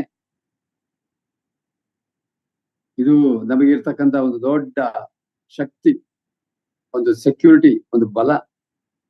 ಏನು? ಕ್ರಿಸ್ತನು ನಮಗೋಸ್ಕರವಾಗಿ ದೇವರ ಬಲಗಳಲ್ಲಿ ಇದ್ದು ಬೇಡುವನಾಗಿದ್ದಾನೆ. ಆತನು ಬೇಡುವಾಗ, ನಮಗೋಸ್ಕರವಾಗಿ ಬೇಡುವಾಗ ನಮ್ಮಲ್ಲಿ ಒಂದು ಪರಿವರ್ತನೆ ಉಂಟಾಗ್ತದೆ. ಪರಿವರ್ತನೆ ಏನಂದ್ರೆ ನಾವು ಬಲ ಹೊಂದ್ತೇವೆ, ಬುದ್ಧಿಯನ್ನು ಪಡ್ಕೊಳ್ತೇವೆ, ಜ್ಞಾನವನ್ನು ಪಡ್ಕೊಳ್ತೇವೆ, ಸತ್ಯವನ್ನು ನಾವು ಪಡ್ಕೊಳ್ತೇವೆ. ಆತನು ಪರಿಶುದ್ಧಾತ್ಮನ ಮುಖಾಂತರವಾಗಿ ನಮಗಾಗಿ ಆತನು ಬೇಡ್ತಲ್ಲೇ ಇರ್ತಾನೆ. ಬಹಳ ಅದ್ಭುತವಾದಂತಹ ಒಂದು ಸಂಗತಿ. ನಮಗೋಸ್ಕರವಾಗಿ ಬೇಡುವನಾಗಿದ್ದಾನೆ. ಈ ಭೂಮುಖದಲ್ಲಿ ಪರಿಶುದ್ಧಾತ್ಮನು ನಮಗಾಗಿ ಬೇಡ್ತಾನೆ, ಪರಲೋಕದಲ್ಲಿ ಕ್ರಿಸ್ತನು ನಮಗಾಗಿ ಬೇಡ್ತಾನೆ. ಬಹಳ ಅದ್ಭುತವಾದಂತಹ ಒಂದು ಸೆಕ್ಯೂರಿಟಿ. ಆಮೇಲೆ ಇಲ್ಲಿ ನಾವು ಓದ್ತೇವೆ, ಆದ್ರೆ ನಮ್ಮನ್ನು ಪ್ರೀತಿಸಿದ ಆತನ ಮೂಲಕವಾಗಿ ನಾವು ಎಲ್ಲ ವಿಷಯಗಳಲ್ಲಿ ಪೂರ್ಣ ಜಯಶಾಲಿಗಳಾಗುತ್ತೇವೆ. ಹೇಗೆಂದರೆ ಮರಣವಾಗಲಿ ಜೀವವಾಗಲಿ, ದೇವದೂತರಾಗಲಿ ದುರಾತ್ಮಗಳಾಗಲಿ, ಈಗಿನ ಸಂಗತಿಗಳಾಗಲಿ ಮುಂದಣ ಸಂಗತಿಗಳಾಗಲಿ, ಮಹತ್ವಗಳಾಗಲಿ, ಮೇಲಿನ ಲೋಕವಾಗಲಿ ಕೆಳಗಣ ಲೋಕವಾಗಲಿ, ಬೇರೆ ಯಾವ ಸೃಷ್ಟಿಯಾಗಲಿ ನಮ್ಮನ್ನು ನಮ್ಮ ಕರ್ತನಾಗಿರುವಂತೆ ಯೇಸು ಕ್ರಿಸ್ತನಲ್ಲಿ ತೋರಿ ಬಂದ ದೇವರ ಪ್ರೀತಿಯಿಂದ ನಮ್ಮನ್ನು ಅಗಲಿಸಲಾರವೆಂದು ನಮಗೆ ನಿಶ್ಚಯ ಉಂಟು. ಖಂಡಿತವಾಗಿ ನಮ್ಮನ್ನು ಎಂದಿಗೂ ಈ ಯಾವ ಸಂಗತಿಗಳು ಎಷ್ಟು ಸಂಗತಿಗಳು ಹೇಳ್ತಾನೆ, ಮರಣವಾಗಲಿ ಜೀವವಾಗಲಿ, ದೇವದೂತರಾಗಲಿ ದುರಾತ್ಮಗಳಾಗಲಿ, ಈಗಿನ ಸಂಗತಿಗಳಾಗಲಿ ಮುಂದಣ ಸಂಗತಿಗಳಾಗಲಿ, ಮಹತ್ವಗಳಾಗಲಿ, ಬೇರಣ ಲೋಕವಾಗಲಿ ಕೆಳಗಣ ಲೋಕವಾಗಲಿ, ಬೇರೆ ಯಾವ ಸೃಷ್ಟಿಯಾಗಲಿ ನಮ್ಮನ್ನು ನಮ್ಮ ಕರ್ತನಾಗಿರುವಂತ ಯೇಸು ಕ್ರಿಸ್ತನಲ್ಲಿ ತೋರಿ ಬಂದ ಪ್ರೀತಿಯಿಂದ ಅಗಲಿಸಲಾರವೆಂದು ನಮಗೆ ನಿಶ್ಚಯ ಉಂಟು. ಆತನ ಪ್ರೀತಿ ಶಿಲುಬೆಯಲ್ಲಿ ಪ್ರಾಣ ಕೊಟ್ಟು ರಕ್ತವನ್ನು ಸುರಿಸಿ ನಮ್ಮನ್ನು ಆತನು ಕೊಂಡ್ಕೊಂಡಿದ್ದಾನೆ. ಆತನು ಪ್ರೀತಿ ಮಾಡ್ತಾ ಇದ್ದಾನೆ. ಇವತ್ತೂ ಆತನು ಪ್ರೀತಿ ಮಾಡ್ತಾ ಇದ್ದಾನೆ. ಕ್ರಿಸ್ತನ ಪ್ರೀತಿ ಶಾಶ್ವತ. ಸೊ ಅದರಿಂದ ಇವಾಗ ನಾವು ಪರಿಶುದ್ಧಾತ್ಮನನ್ನ ನಾವೆಂದಿಗೂ ಕಳವಳ ಪಡಿಸಬಾರದು. ಇದನ್ನ ನಾವು ಚೆನ್ನಾಗಿ ಅರ್ಥ ಮಾಡ್ಕೊಳ್ಬೇಕಾಗಿದೆ. ಆಮೇಲೆ ಇಲ್ಲಿ ಆತನು ಮುಂದಕ್ಕೆ ಹೇಳ್ತಾ ಬರ್ತಾನೆ. ಏನಂದ್ರೆ 6ನೇ ವಚನ, 9ನೇ ಅಧ್ಯಾಯ, ರೋಮ 9ನೇ ಅಧ್ಯಾಯ 6ನೇ ವಚನ. ದೇವರು ಹೇಳಿದ ಮಾತು ತಪ್ಪಿತೆಂದು ನಾವು ಭಾವಿಸಕೂಡದು. ಯಾಕೆಂದ್ರೆ ಇಸ್ರಾಯೇಲ್ ವಂಶದಲ್ಲಿ ಹುಟ್ಟಿದವರೆಲ್ಲರೂ ಇಸ್ರಾಯೇಲರಲ್ಲ. ಹಾಗೆ ಅಬ್ರಾಹ್ಮನ ವಂಶದಲ್ಲಿ ಹುಟ್ಟಿದ ಮಾತ್ರಕ್ಕೆ ಅವರೆಲ್ಲರೂ ಮಕ್ಕಳೆಂದು ಎಣಿಸಲ್ಪಡುವುದಿಲ್ಲ. ಆದ್ರೆ ಈ ಸಾಕರಿಂದ ಹುಟ್ಟುವವರೇ ನಿನ್ನ ಸಂತತಿ ಅನಿಸಿಕೊಳ್ಳುವರು ಎಂದು ದೇವರು ಹೇಳಿದನು ಎಂಬುದಾಗಿ ನಾವು ಓದ್ತೇವೆ. ಇಲ್ಲಿ ಬಹಳ ಚಂದವಾದಂತ ರೀತಿಯಲ್ಲಿ ಒಂದು ಪ್ರಾಮುಖ್ಯವಾದ ವಿಷಯವನ್ನ ಇಲ್ಲಿ ನಮಗೆ ಆತನು ಬೋಧಿಸ್ತಾನೆ. ಏನಂತ ಹೇಳುವಾಗ ಏನಂತೆ ಇಸ್ರಾಯೇಲ್ ವಂಶದಲ್ಲಿ ಹುಟ್ಟಿದವರೆಲ್ಲರೂ ಇಸ್ರಾಯೇಲರಲ್ಲ. ಹಾಗೆಯೇ ಅಬ್ರಹಾಮನ ವಂಶದಲ್ಲಿ ಹುಟ್ಟಿದ ಮಾತ್ರಕ್ಕೆ ಅವರೆಲ್ಲರೂ ಮಕ್ಕಳೆಂದು ಎಣಿಸಲ್ಪಡುವುದಿಲ್ಲ. ಕ್ರೈಸ್ತರಾಗಿ ಹುಟ್ಟಿದವರೆಲ್ಲರೂ ದೇವರ ಮಕ್ಕಳೆಂದು ಪರಿಗಣಿಸಕ್ಕಾಗುವುದಿಲ್ಲ.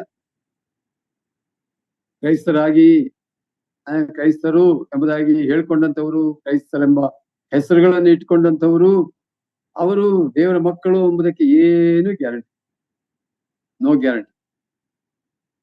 ಇಲ್ಲಿ ಆತನು ಹೇಳ್ತಾ ಬರ್ತಾನೆ ಏನಂದ್ರೆ, ಇಸ್ರಾಯೇಲ್ ವಂಶದಲ್ಲಿ ಹುಟ್ಟಿದವರೆಲ್ಲರೂ ಇಸ್ರಾಯೇಲ್ ಅವರಲ್ಲ. ಹಾಗೆ ಅಬ್ರಾಹ್ಮನ ವಂಶದಲ್ಲಿ ಹುಟ್ಟಿದ ಮಾತ್ರಕ್ಕೆ ಅವರೆಲ್ಲರೂ ಮಕ್ಕಳೆಂದು ಎಣಿಸಲ್ಪಡುವುದಿಲ್ಲ. ಯಾರು ಹಾಗಾದ್ರೆ ನಿಜವಾದಂತಹ ಮಕ್ಕಳು ಯಾರು?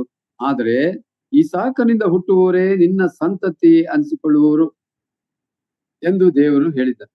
ಆ ಮಾತಿನ ಅರ್ಥವೇನೆಂದರೆ, ಶರೀರ ಸಂಬಂಧವಾಗಿ ಹುಟ್ಟಿದವರೆಲ್ಲರೂ ದೇವರ ಮಕ್ಕಳಲ್ಲ. ಶರೀರ ಸಂಬಂಧವಾಗಿ ಹುಟ್ಟಿದವರೆಲ್ಲರೂ ದೇವರ ಮಕ್ಕಳಲ್ಲ. ನಾವು ಒಂದ್ಸರಿ ಶರೀರ ಸಂಬಂಧವಾಗಿ ಹುಟ್ಟಿ ಬಂದವಲ್ಲ. ತಾಯಿಯ ತಂದೆ ತಾಯಿಗಳಿಂದ ನಾವು ಹುಟ್ಟಿ ಬಂದವಲ್ಲ, ತಾಯಿಯ ಗರ್ಭದಿಂದ ಹುಟ್ಟಿ ಬಂದವಲ್ಲ. ಹುಟ್ಟಿ ಬಂದಾಗ ನಾವೇನಾದ್ರು ಪಾಪಿಗಳಾದವು. ಈಗ ಪಾಪಿಗೆ ಬೇಕಾದದ್ದು ಏನಂದ್ರೆ ರಕ್ಷಣೆ. ಈ ರಕ್ಷಣೆ ಅದು ಕ್ರಿಸ್ತೇಸುವಿನಲ್ಲಿ ಮಾತ್ರವೇ ನಮಗೆ ದೊರಕುತ್ತದೆ. ಆತನ ಮೇಲೆ ನಂಬಿಕೆಯಿಂದಲೇ ಮಾತ್ರವೇ ನಮಗೆ ದೊರಕುತ್ತದೆ. ಆದ್ರೆ ಇಲ್ಲಿ ವಾಕ್ಯ ಹೇಳ್ತದೆ, ಈ ಸಾಕನಿಂದ ಹುಟ್ಟುವವರೇ ನಿನ್ನ ಸಂತತಿ ಅನಿಸಿಕೊಳ್ಳುವರು. ಈ ಈಸಾಕನು ಬರಬೇಕಾದ ಯೇಸು ಕ್ರಿಸ್ತನಿಗೆ ಸೂಚಕ ಪುರುಷನು ಆಗಿದ್ದಾನೆ. ಆದ್ರೆ ಈಸಾಕನಿಂದ ಹುಟ್ಟುವವರೇ ನಿನ್ನ ಸಂತತಿ ಅನಿಸಿಕೊಳ್ಳುವರು ಎಂದು ದೇವರು ಹೇಳಿದನು. ಆ ಮಾತಿನ ಅರ್ಥವೇನೆಂದ್ರೆ, ಶರೀರ ಸಂಬಂಧವಾಗಿ ಹುಟ್ಟಿದವರೆಲ್ಲರೂ ದೇವರ ಮಕ್ಕಳಲ್ಲ. ವಾಗ್ದಾನ ಸಂಬಂಧವಾಗಿ ಹುಟ್ಟಿದವರೇ ಅಬ್ರಹಾಮನ ಸಂತತಿಯವರೆಂದು ಎಣಿಸಲ್ಪಡುವರು ಎಂಬುದು ವಾಗ್ದಾನ ಸಂಬಂಧ. ದೇವರು ಕ್ರಿಸ್ತನಲ್ಲಿ ವಾಗ್ದಾನವನ್ನ ಆತನು ಮಾಡಿದ್ದಾನೆ. ಬಹಳಷ್ಟು ವಾಗ್ದಾನಗಳನ್ನ ಮಾಡಿದ್ದಾನೆ. ವಾಗ್ದಾನಗಳು ಎಷ್ಟೊಂದು ವಾಗ್ದಾನಗಳನ್ನು ಕೊಟ್ಟಿದ್ದಾನೆ. ಈ ವಾಗ್ದಾನಗಳೆಲ್ಲ ನಾವು ಓದ್ಬೇಕು, ತಿಳ್ಕೊಳ್ಬೇಕು, ಅರ್ಥ ಮಾಡ್ಕೊಳ್ಬೇಕು. ಇಲ್ಲಿ ವಾಕ್ಯ ಹೇಳ್ತದೆ, ಶರೀರ ಸಂಬಂಧವಾಗಿ ಹುಟ್ಟಿದವರೆಲ್ಲರೂ ದೇವರ ಮಕ್ಕಳಲ್ಲ. ನಾವೆಲ್ಲ ಶರೀರ ಸಂಬಂಧವಾಗಿ ಹುಟ್ಬಿಟ್ಟಿದ್ದೇವೆ, ಆದ್ರೆ ದೇವರ ಮಕ್ಕಳಾಗಿ ಹುಟ್ಟಲಿಲ್ಲ ನಾವು. ಈಗ ನಾವು ದೇವರ ಮಕ್ಕಳಾಗಬೇಕಾದ್ರೆ ನಾವು ಪಾಪಿಗಳಂತ ಒಪ್ಕೊಳ್ಬೇಕು. ನಮ್ಮ ಪಾಪಕ್ಕಾಗಿ ನಾವು ಪಶ್ಚಾತ್ತಾಪ ಪಡಬೇಕು. ಕ್ರಿಸ್ತನ ಮುಂದೆ ಬಂದು ಅಂಗಲಾಚಿ ನಾವು ಕ್ಷಮೆಯಾಚಿಸ್ಬೇಕು. ಕ್ರಿಸ್ತೇಸುವನ್ನ ನಾವು ನಮ್ಮ ಹೃದಯಗಳಲ್ಲಿ ಸ್ವೀಕಾರ ಮಾಡ್ಕೊಳ್ಬೇಕು. ಮತ್ತು ಆ ಕ್ರಿಸ್ತನು ನನ್ನ ರಕ್ಷಕ, ನನ್ನ ಒಡೆಯ, ನನ್ನ ಪ್ರಭು, ನನ್ನ ದೇವರು ಎಂದು ಈ ಭೂಲೋಕದಲ್ಲಿ ಇರುವಂತ ಎಲ್ಲ ಜನರ ಮುಂದೆ ನಾವು ಒಪ್ಪಿಕೊಳ್ಳಬೇಕು. ಆವಾಗಲೇ ನಾವು ದೇವರ ಮಕ್ಕಳು ಆಗುವಂಥದ್ದು, ಅಬ್ರಹಾಮನ ಸಂತತಿಯವರು ಕೂಡ ಆಗುವಂಥದ್ದು ವಾಕ್ಯದಲ್ಲಿ ನಾವು ನೋಡ್ತೇವೆ. ಆ ಮಾತಿನ ಅರ್ಥವೇನೆಂದರೆ, ಶರೀರ ಸಂಬಂಧವಾಗಿ ಹುಟ್ಟಿದವರೆಲ್ಲರೂ ದೇವರ ಮಕ್ಕಳಲ್ಲ. ವಾಗ್ದಾನ ಸಂಬಂಧವಾಗಿ ಹುಟ್ಟಿದವರೇ ಅಬ್ರಹಾಮನ ಸಂತತಿಯವರೆಂದು ಎಣಿಸಲ್ಪಡುವರು. ಮುಂದಿನ ವರ್ಷ ಇದೇ ಕಾಲದಲ್ಲಿ ನಾನು ಬರುವೆನು, ಆಗ ಸಾಳಿಗೆ ಮಗನು ಇರುವನು ಎಂಬ ಮಾತು ವಾಗ್ದಾನವಾಗಿದೆಯಷ್ಟೇ. ಇದು ಮಾತ್ರವಲ್ಲದೆ ರೆಬೆಕ್ಕಳು ಸಹ ನಮ್ಮ ಪಿತೃವಾದ ಇಸಾಕನಿಂದ ಅವಳಿ ಜವಳಿ ಮಕ್ಕಳಿಗೆ ಬಸರಾದಾಗ ಅದರಂತೆಯೇ ಆಯಿತು. ಆ ಮಕ್ಕಳು ಒಬ್ಬ ತಂದೆ ಮಕ್ಕಳಾಗಿದ್ದರೂ ಅವರು ಇನ್ನೂ ಹುಟ್ಟದೆಯೂ ಒಳ್ಳೆಯದನ್ನಾಗ್ಲಿ ಕೆಟ್ಟದನ್ನಾಗ್ಲಿ ಮಾಡದೆಯೂ ಇದ್ದಾಗ ಹಿರಿಯನು ಕಿರಿಯನಿಗೆ ಸೇವೆ ಮಾಡುವನೆಂಬುದಾಗಿ ಆಕೆಗೆ ಹೇಳಲ್ಪಟ್ಟಿತು. ಇದರಿಂದ ದೇವರು ತನಗೆ ಮನಸ್ಸಿದ್ದವರನ್ನು ಆರಿಸಿಕೊಳ್ಳುತ್ತಾನೆ. ದೇವರು ತನಗೆ ಮನಸ್ಸಿದ್ದವರನ್ನು ಆರಿಸಿಕೊಳ್ತಾನೆ ಎಂಬ ಸಂಕಲ್ಪವು ಸ್ಥಿರವಾಗಿರಬೇಕೆಂದು ತೋರಿಸಿದನು. ಆ ಸಂಕಲ್ಪವು ಪುಣ್ಯ ಕ್ರಿಯೆಗಳ ಮೇಲೆ ಆಧಾರಗೊಳ್ಳದೆ ಕರೆಯುವ ಆತನ ಚಿತ್ತದ ಮೇಲೆಯೇ ಆಧಾರಗೊಂಡಿದೆ. ಇದಕ್ಕನುಸಾರವಾಗಿ ಯಾಕೋಬನನ್ನು ಪ್ರೀತಿಸಿದನು, ಏಸಾವನನ್ನು ದ್ವೇಷಿಸಿದನು ಎಂದು ಬರೆದಿದೆ. ಬಹಳ ಕ್ಲಿಯರ್ ಆಗಿದೆ ಇಲ್ಲಿ. ಶರೀರ ಸಂಬಂಧವಾಗಿ ಹುಟ್ಟಿದವರೆಲ್ಲ ದೇವರ ಮಕ್ಕಳಲ್ಲ. ಅದಕ್ಕೆ ನಾವು ಹೊಸದಾಗಿ ಹುಟ್ಟಬೇಕು. ಯೇಸು ಕ್ರಿಸ್ತನ ಅದೇ ನಿಕೋದೇಮನಿಗೆ ಹೇಳಿದ್ದು, ನೀನು ಹೊಸದಾಗಿ ಹುಟ್ಟಬೇಕು.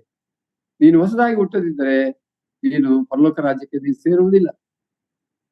ಇದು ಬಹಳ ಕಳಖಂಡಿತವಾದಂತಹ ಮಾತು. ಇವತ್ತು ನಮ್ಮ ಜೀವಿತದಲ್ಲಿ ಈ ಬದಲಾವಣೆ ಆಗಿದೆಯಾ? ನಾವು ಪರಿವರ್ತನೆ ಆಗಿದ್ದೇವಾ? ನಮ್ಮ ಹೃದಯ ಪರಿವರ್ತನೆ ಆಗಿದೆಯಾ? ನಮ್ಮ ಹೃದಯದಲ್ಲಿ ಕ್ರಿಸ್ತನಿದ್ದಾನ? ಪರಿಶುದ್ಧಾತ್ಮನ ನೆಲೆಸಿದ್ದಾನ? ದೇವರ ಮಕ್ಕಳೆಂಬಂತ ಒಂದು ಸಾಕ್ಷಿ ನಮ್ಮಲ್ಲಿ ಉಂಟಾ? ಮತ್ತು ನಾವು ವಾಕ್ಯಕ್ಕನುಸಾರವಾಗಿ ನಾವು ನಡ್ಕೊಳ್ತೇವಾ, ಅಥವಾ ಬರೀ ಮೇಲ್ ಮಾತಲ್ಲೇ ನಾವು ಅರಮನೆ ಕಟ್ತಾ ಹೋಗ್ತಾ ಇದ್ದೇವಾ, ಕಟ್ಕೊಂಡು ಮೋಸ ಹೋಗ್ತಾ ಇದ್ದೇವಾ? ಬಹಳ ಗಂಭೀರವಾಗಿ ಯೋಚನೆ ಮಾಡ್ಬೇಕಂತ ಒಂದು ಸಂಗತಿ ಇದು ಆಗಿರ್ತದೆ. ಇದರಿಂದ ದೇವರು ತನ್ನ ಮನಸ್ಸಿದ್ದವರನ್ನು ಆರಿಸ್ಕೊಳ್ತಾನೆ. ಬಹಳ ಅದ್ಭುತವಾದ ಸಂಗತಿ. ಹೌದು, ದೇವರ ಕೃಪೆಯಿಂದ ಆರಿಸ್ಕೊಳ್ತಾನೆ ನಿಜವೇ. ದೇವರ ಕೃಪೆ ಅಂತ ನಾವ್ ಹೇಳ್ತೀವಿ ಇನ್ನೊಂದು ಮಾತಿನಲ್ಲಿ. ಈ ಕೃಪೆ ಅಂತ ಹೇಳುವಾಗ ಅದರ ಅರ್ಥ ಏನಂದ್ರೆ, ದೇವರ ಮನಸ್ಸು ಇದ್ದವರನ್ನು ಮಾತ್ರ ದೇವರು ಆರಿಸ್ಕೊಳ್ತಾನೆ. ಏನಂತೆ, ಆ ಸಂಕಲ್ಪವು ಪುಣ್ಯ ಕ್ರಿಯೆಗಳ ಮೇಲೆ ಆಧಾರಗೊಳ್ಳದೆ, ಯಾವ ಸಂಕಲ್ಪ? ತನಗೆ ಮನಸ್ಸಿದ್ದವರನ್ನು ಆರಿಸ್ಕೊಳ್ತಾನಲ್ಲ ಆ ಸಂಕಲ್ಪ, ಅದು ಪುಣ್ಯ ಕ್ರಿಯೆಗಳ ಮೇಲೆ ಆಧಾರಗೊಳ್ಳದೆ, ಅಂದ್ರೆ ನಮ್ಮ ಒಳ್ಳೆಯ ಕ್ರಿಯೆಗಳು, ದಾನ ಧರ್ಮಗಳ ಮೇಲೆ ಆಧಾರಗೊಳ್ಳದೆ ಕರೆಯುವ ಆತನ ಚಿತ್ತದ ಮೇಲೆ ಆಧಾರಗೊಂಡಿದೆ. ಬಹಳ ಅದ್ಭುತವಾದಂತ ಸಂಗತಿ.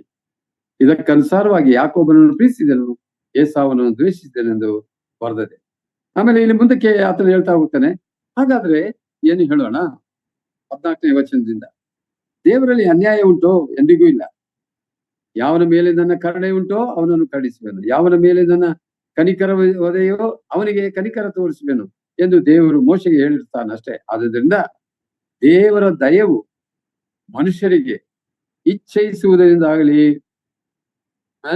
ಪ್ರಯತ್ನಿಸುವುದರಿಂದಾಗಲಿ ದೊರೆಯದೆ, ದೇವರು ಕರುಣಿಸುವುದರಿಂದಲೇ ದೊರೆಯುತ್ತದೆ. ಬಹಳ ಒಂದು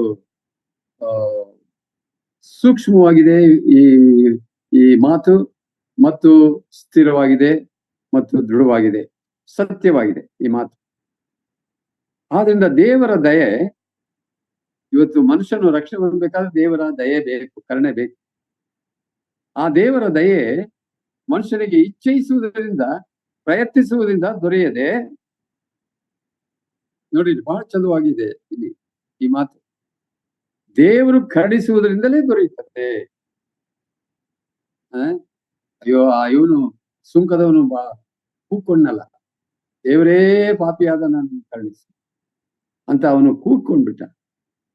ಆಲಯದಲ್ಲಿ ಬಂದು ಅವನಲ್ಲಿ ನಿಜವಾದಂತ ಪಶ್ಚಾತ್ತಾಪ ಅವನಲ್ಲಿ ಬಂತು. ಪಶ್ಚಾತ್ತಾಪದ ಹೃದಯದಿಂದ ಅವನು ದೇವರ ಮುಂದೆ ಹಾಗೆ ಕೂತ್ಕೊಂಡ್ಬಿಟ್ಟ. ದೇವರೇ ಪಾಪಿಯಾದ ನಾನು ಕರುಣಿಸು ಎಂಬುದಾಗಿ ಅವನು ಕೂತ್ಕೊಂಡ್ಮೇಲೆ ನಾವು ನೋಡ್ತೇವೆ, ಅವನು ನೀತಿವಂತನಾಗಿ ಆಲಯದಿಂದ ಹೊರಗೆ ಹೊರಟೋದ. ಆದ್ರೆ ಆ ಫರಿಸಾಯನು ಹಾಗೆ ಹೋಗ್ಲಿಲ್ಲ, ಅವನು ಪಾಪಿಯಾಗಿಯೇ ವಾಪಸ್ ಮನೆಗೆ ಹೋದ. ಇವತ್ತು ಬಹಳ ಗಂಭೀರವಾದಂತ ವಿಷಯನ ನಾವು ಚೆನ್ನಾಗಿ ಅರ್ಥ ಮಾಡ್ಕೊಳ್ಬೇಕಾಗಿದೆ. ಯಾಕೆಂದ್ರೆ ಈ ಒಂದು ಮಾತಿನಲ್ಲಿ ದೇವ್ರ ವಾಕ್ಯ ಹೀಗೆ ಹೇಳ್ತದೆ, ಈ ಪರಲೋಕ ರಾಜ್ಯವು ಬಲವಂತಕ್ಕೆ ಒಳಗಾಗಿದೆ ಅಂತ ಹೇಳ್ತಾನೆ ಪೌಲ. ಒಂದು ಬಲವಂತ ಏನಪ್ಪಾ ಅಂದ್ರೆ, ರಕ್ಷಣೆ ನಿಜವಾಗಿಯೂ ಪರಿವರ್ತನೆ ಆಗ್ಲಿಲ್ಲ, ರಕ್ಷಣೆ ಹೊಂದಲಿಲ್ಲ, ಆದ್ರೂ ಬಲವಂತವಾಗಿ ವಿಶ್ವಾಸಿಗಳೆಂಬುದಾಗಿ ತಮ್ಮನ್ನ ತೋರ್ಪಡಿಸಿಕೊಳ್ಳುವಂತ ಜನರು ಇವತ್ತು ಬಲವಾಗಿದ್ದಾರೆ. ಬಲವಂತ ಕ್ರೈಸ್ತತ್ವ, ಬಲವಂತ ವಿಶ್ವಾಸತ್ವ, ಇದು ಬಹಳ ಮೋಸ. ಬಹಳ ಎಚ್ಚರಿಕೆಯಾಗಿರ್ಬೇಕಾಗಿದೆ ನಾವು. ಆಮೇಲೆ ನಾನು ಮುಂದಕ್ಕೆ ಹೋಗ್ತೇನೆ, 19ನೇ ವಚನಕ್ಕೆ ಬರ್ತೀನಿ. ದೇವರ ಇಷ್ಟವನ್ನು ಎದುರಿಸುವವರು ಇಲ್ಲದಿರುವಲ್ಲಿ ಆತನು ತಪ್ಪು ಹಿಡಿಯುವುದು ಹೇಗೆ ಎಂದು ನನ್ನನ್ನು ಕೇಳುವಿಯೋ ಕೆಲವು ಮನುಷ್ಯನೇ ಹಾಗನಬೇಡ.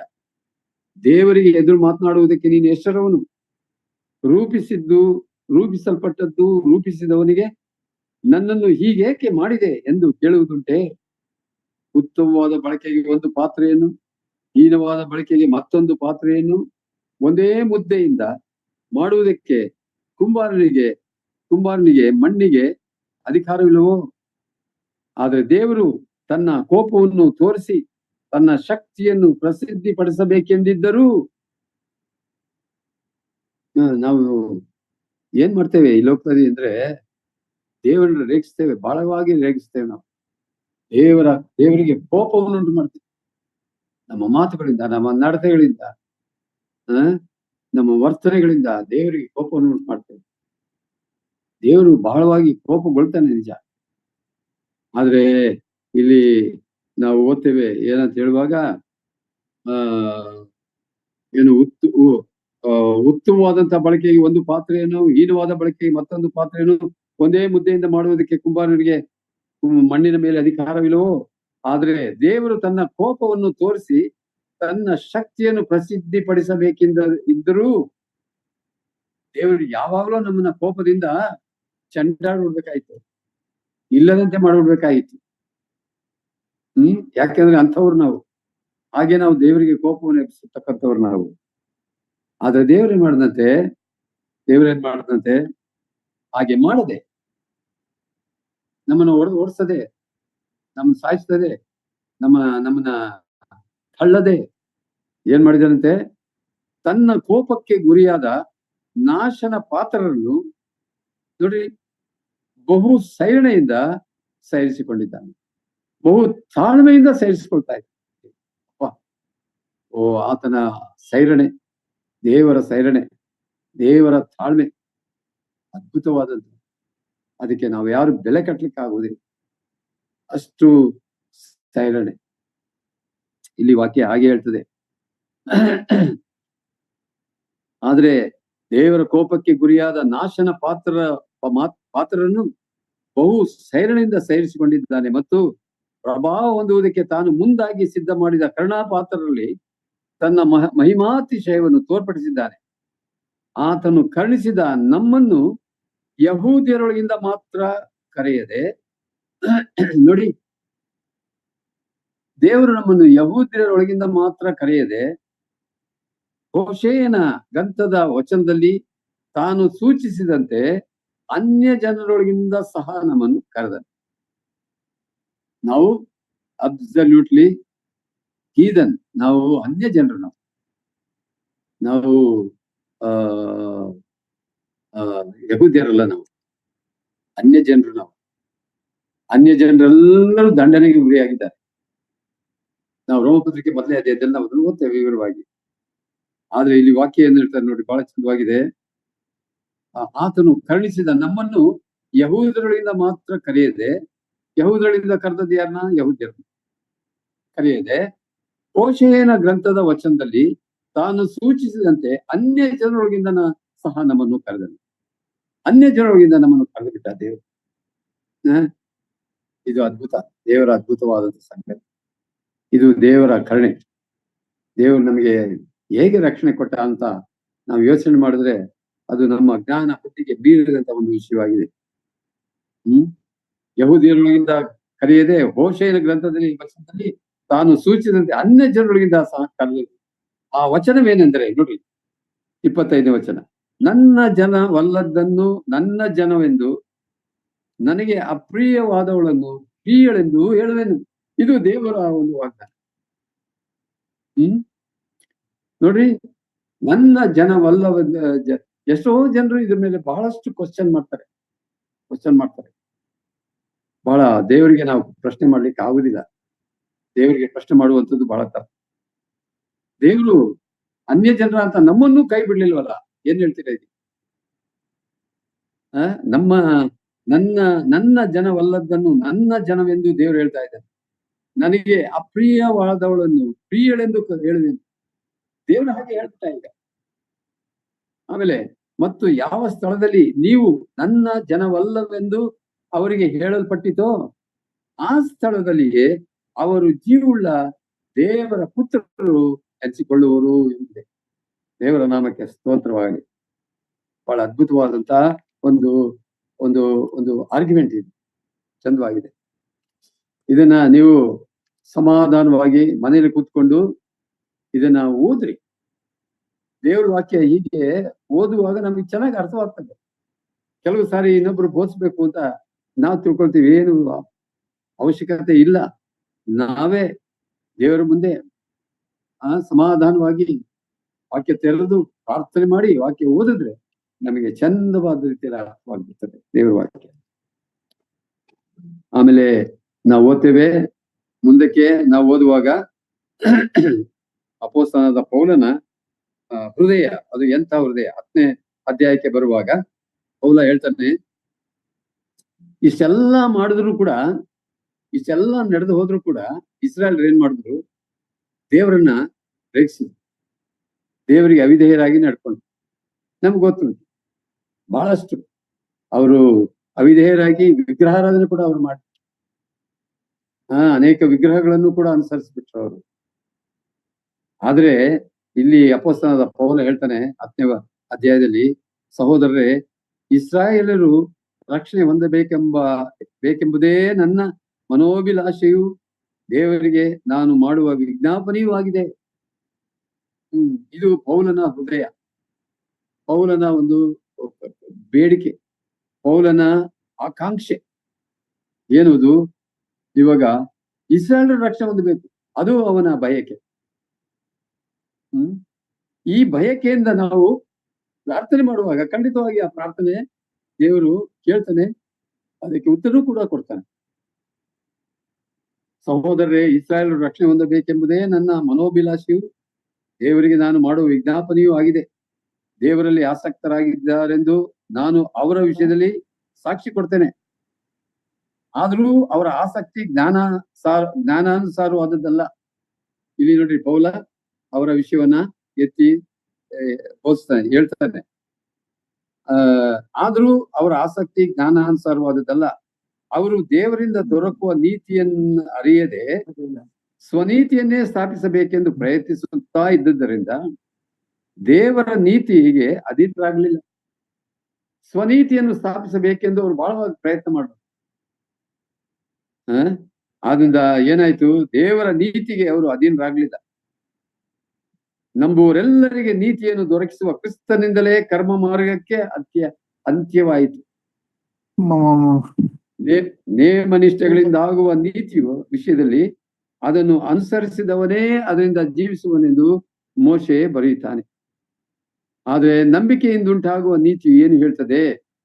ಕ್ರಿಸ್ತನನ್ನು ಕೆಳಕ್ಕೆ ಕರ್ಕೊಂಡು ಬರುವುದಕ್ಕೆ ಯಾರು ಮೇಲಣ ಲೋಕಕ್ಕೆ ಏರಿ ಹೋದರು ಎಂದಾಗಲಿ, ಕ್ರಿಸ್ತನನ್ನು ಸತ್ತವಳಿಂದ ಎಬ್ಬಿಸಿಕೊಂಡು ಬರುವುದಕ್ಕೆ ಯಾರು ಪ್ರೇತ ಲೋಕಕ್ಕೆ ಇಳಿದು ಹೋದಾರು ಎಂದಾಗಲಿ ನಿನ್ನ ಮನಸ್ಸಿನಲ್ಲಿ ಅಂದುಕೊಳ್ಳಬೇಡ.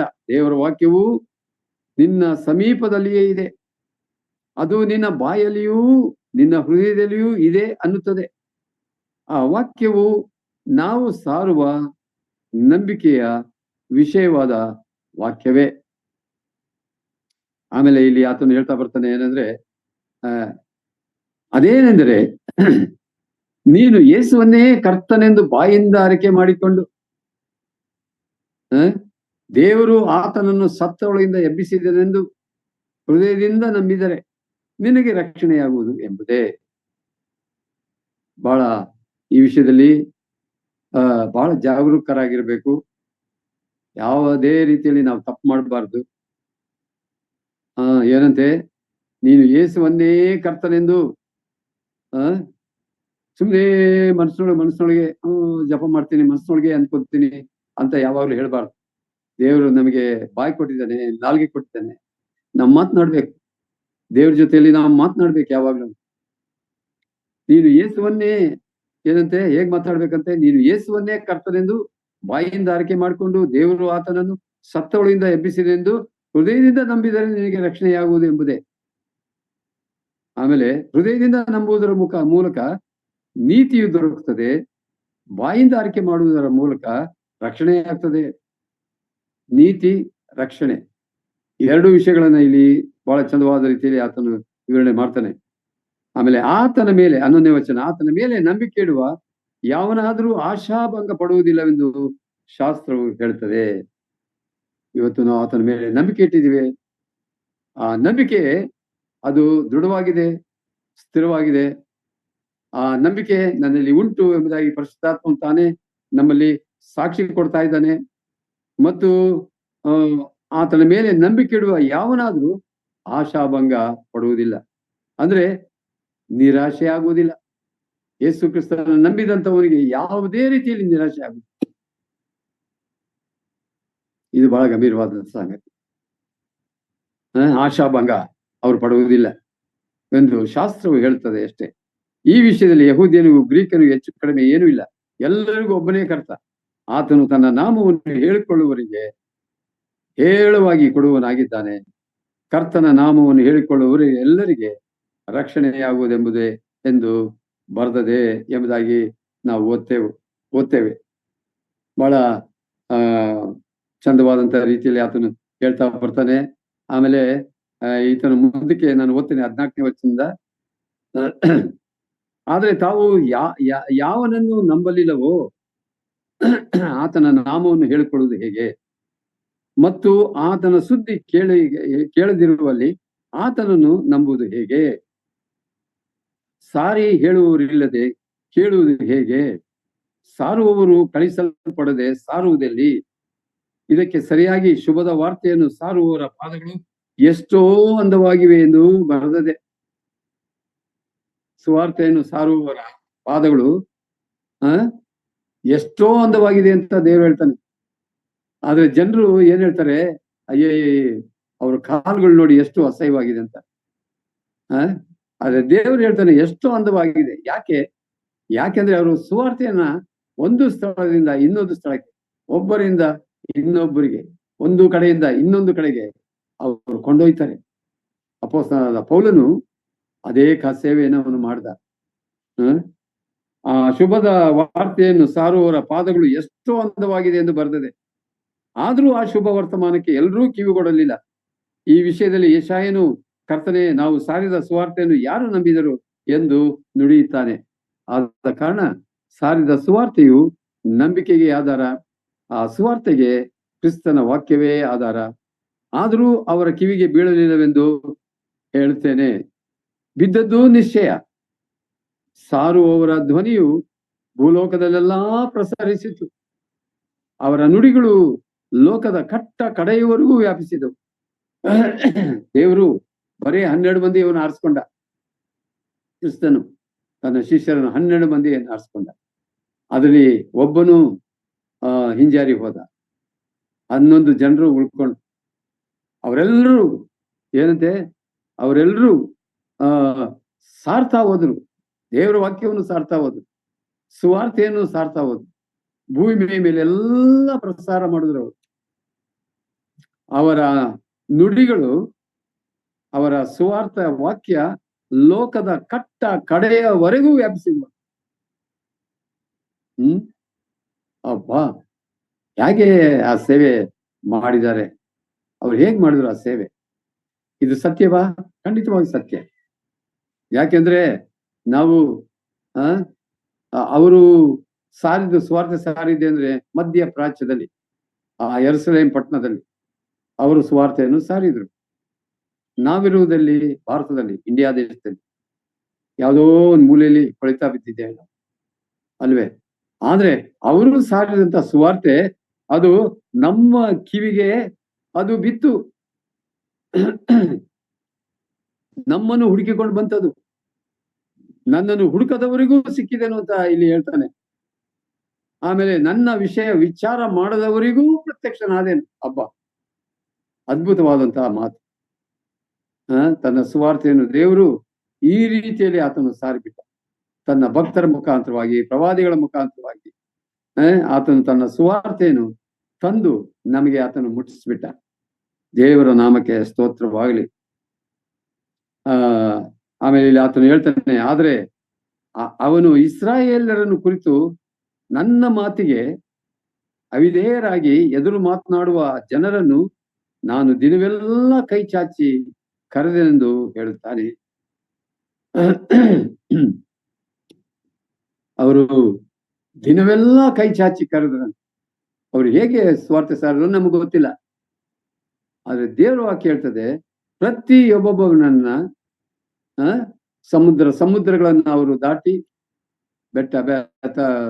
ಬೆಟ್ಟಗಳನ್ನ ಹತ್ತಿ ಇಳಿದು ದೇಶದಿಂದ ದೇಶಕ್ಕೆ ಹೋಗಿ ಸುವಾರ್ಥ ವಾಕ್ಯವನ್ನು ಕೊಂಡೊಯ್ದು ಅವರು ಸಾರಿದ್ರು. ಅವರು ಹೇಗೆ ಸಾರಿದ್ರು? ದಿನವೆಲ್ಲ ಕೈ ಚಾಚಿ ಕರೆದ್ರು ಅವರು. ಬಹಳ ಅದ್ಭುತವಾದಂತಹ ಸುವಾರ್ಥ ಸೇವೆ ಅವರು ಮಾಡಿದ್ರು. ನನ್ನ ಪ್ರಿಯ ಸಹೋದರ ಸಹೋದರಿಗಳೇ, ನನ್ನ ಮಾತುಗಳನ್ನು ಮುಗಿಸ್ತೇನೆ ಇಲ್ಲಿ. ಈ ಸುವಾರ್ಥ ಸೇವೆಗೋಸ್ಕರವಾಗಿ ಸುವಾರ್ಥ ವಾಕ್ಯ ಅದು ಯೆರೂಸಲೇಮ್ ಪಟ್ಟಣದಿಂದ ಪ್ರಾರಂಭವಾಗಿ ಇವತ್ತು ಬೆಂಗಳೂರಿನಲ್ಲಿ ಇರುವಂತ ನಮ್ಮನ್ನ ಅದು ಮುಟ್ಟಿತು, ತಲುಪಿತು. ದೇವರಿಗೆ ಎಷ್ಟು ಸ್ತೋತ್ರ ಹೇಳೋದು ಸಾಲದು, ದೇವರಿಗೆ ಎಷ್ಟು ಕೊಂಡಾಡಿದರೂ ಸಾಲದು. ಯಾಕೆಂದ್ರೆ ನಾಶದ ಹಾದಿಯಲ್ಲಿದ್ದಂತ ನಮಗೆ ಈ ಸ್ವಾರ್ಥೆಯಿಂದ ಆತನು ಒಂದು ದೊಡ್ಡ ಆತ್ಮೀಕ ಬೆಳಕನ್ನು ಆತನು ತಂದು ಕತ್ತಲೆಯಿಂದ ನಮ್ಮನ್ನು ಬಿಡುಗಡೆ ಮಾಡಿ ಆತ್ಮಿಕ ಬೆಳಗಿಗೆ ಆತನು ನಡೆಸಿದ್ದಾನೆ. ಆತನ ನಾಮಕ್ಕೆ ಸ್ತೋತ್ರ ಮಾಡೋಣ. ಇಲ್ಲಿ ವಾಕ್ಯದಲ್ಲಿ ಮುಂದಕ್ಕೆ ನಾವು ಓದ್ತಾ ಬರ್ತೇವೆ. ಚಂದವಾಗಿದೆ, ಸುಮ್ಮನೆ ನಾನು ಅದನ್ನು ಓದ್ಬಿಡ್ತೇನೆ ಅಷ್ಟೇನೆ. ಆದರೆ ತಾವು ಯಾವನನ್ನು ನಂಬಲಿಲ್ಲೋ ಆತನ ಮಾತನ್ನು ಹೇಳಿಕೊಳ್ಳುವುದು ಹೇಗೆ, ಮತ್ತು ಆತನ ಸುದ್ದಿ ಕೇಳುವಲ್ಲಿ ಆತನನ್ನು ಕೇಳದಿರುವಲ್ಲಿ ಆತನನ್ನು ನಂಬುವುದು ಹೇಗೆ? ಸಾರಿ ಹೇಳುವವರಿಲ್ಲದೆ ಕೇಳುವುದು ಹೇಗೆ? ಸಾರುವವರು ಕಳಿಸಲ್ಪಡದೆ ಸಾರುವುದೆಲ್ಲಿ? ಇದಕ್ಕೆ ಸರಿಯಾಗಿ ಶುಭದ ವಾರ್ತೆಯನ್ನು ಸಾರುವವರ ಪಾದಗಳು ಎಷ್ಟೋ ಅಂದವಾಗಿದೆ ಎಂದು ಬರೆದಿದೆ ಎಂಬುದಾಗಿ ಎಲ್ಲ ನಾವು ಓದ್ತಾ ಬರ್ತೇವೆ. ಆಮೇಲೆ ಸಾರಿದ ಸುವಾರ್ತೆಗೆ ನಂಬಿಕೆಗೆ ಆಧಾರ, ಆ ವಾರ್ತೆಗೆ ಕ್ರಿಸ್ತನ ವಾಕ್ಯವೇ ಆಧಾರ. ಆಮೇಲೆ ಇಲ್ಲಿ ವಾಕ್ಯ ಹೇಳ್ತದೆ, ಸಾರುವವರ ಧ್ವನಿಯು ಭೂಮಿಯಲ್ಲೆಲ್ಲ ಪ್ರಸರಿಸುತ್ತಂತೆ. ಭೂಮಿಯ ಒಂದು ಭಾಗದಿಂದ ಇನ್ನೊಂದು ಭಾಗದವರೆಗೆ ಆ ಸುವಾರ್ತೆ ಪ್ರಸಾರಣೆ ಆಯಿತು. ಅವರ ನುಡಿಗಳು ಲೋಕದ ಕಟ್ಟ ಕಡೆಯವರೆಗೂ ವ್ಯಾಪಿಸಿ ಬಿಟ್ಟವು. ಅದ್ಭುತವಾದಂತಹ ಸಂಗತಿ. ದೇವರಿಗೆ ನಾವು ಏನ್ ಮಾಡೋಣ? ಯಾವ ರೀತಿಯಲ್ಲಿ ದೇವರಿಗೆ ಸ್ತೋತ್ರ ಮಾಡೋಣ? ಯಾವ ರೀತಿಯಲ್ಲಿ ದೇವರನ್ನು ಕೊಂಡಾಡೋಣ? ಯಾಕೆಂದ್ರೆ ಆ ಸುವಾರ್ತೆಯ ವಾಕ್ಯಗಳಿಂದ ದೇವರು ಎಲ್ಲೋ ನಾಶನ ಪಾತ್ರ ಅಂತ ನಮಗೆ ಅದನ್ನು ತಂದು ಅದನ್ನು ಕೊಟ್ಟು ಅದನ್ನು ನಂಬುವಂತೆ, ನಾವು ಜೀವವನ್ನು ಹೊಂದುವಂತೆ, ಕ್ರಿಸ್ತನನ್ನು ನಂಬುವಂತೆ, ಪರಲೋಕ ರಾಜ್ಯಕ್ಕೆ ಬಾಧ್ಯರಾಗುವಂತೆ ದೇವರು ಈ ಮಾರ್ಗವನ್ನು ಮಾಡಿದ್ದಾನೆ. ಆತನ ನಾಮಕ್ಕೆ ಸ್ತೋತ್ರವನ್ನು ಸಲ್ಲಿಸೋಣ. ನಾನು ಇಲ್ಲಿಗೆ ಈ ಭಾಗವನ್ನು ನಾನು ಮುಗಿಸ್ತೇನೆ. ದೇವರು ಈ ವಾಕ್ಯ ಭಾಗವನ್ನ ವಿಶೇಷವಾಗಿ ಹೇರಳವಾಗಿ ನಮ್ಮೆಲ್ಲರಿಗೆ ಆಶೀರ್ವದಿಸಿಕೊಡಲಿ. ಆಮೇಲೆ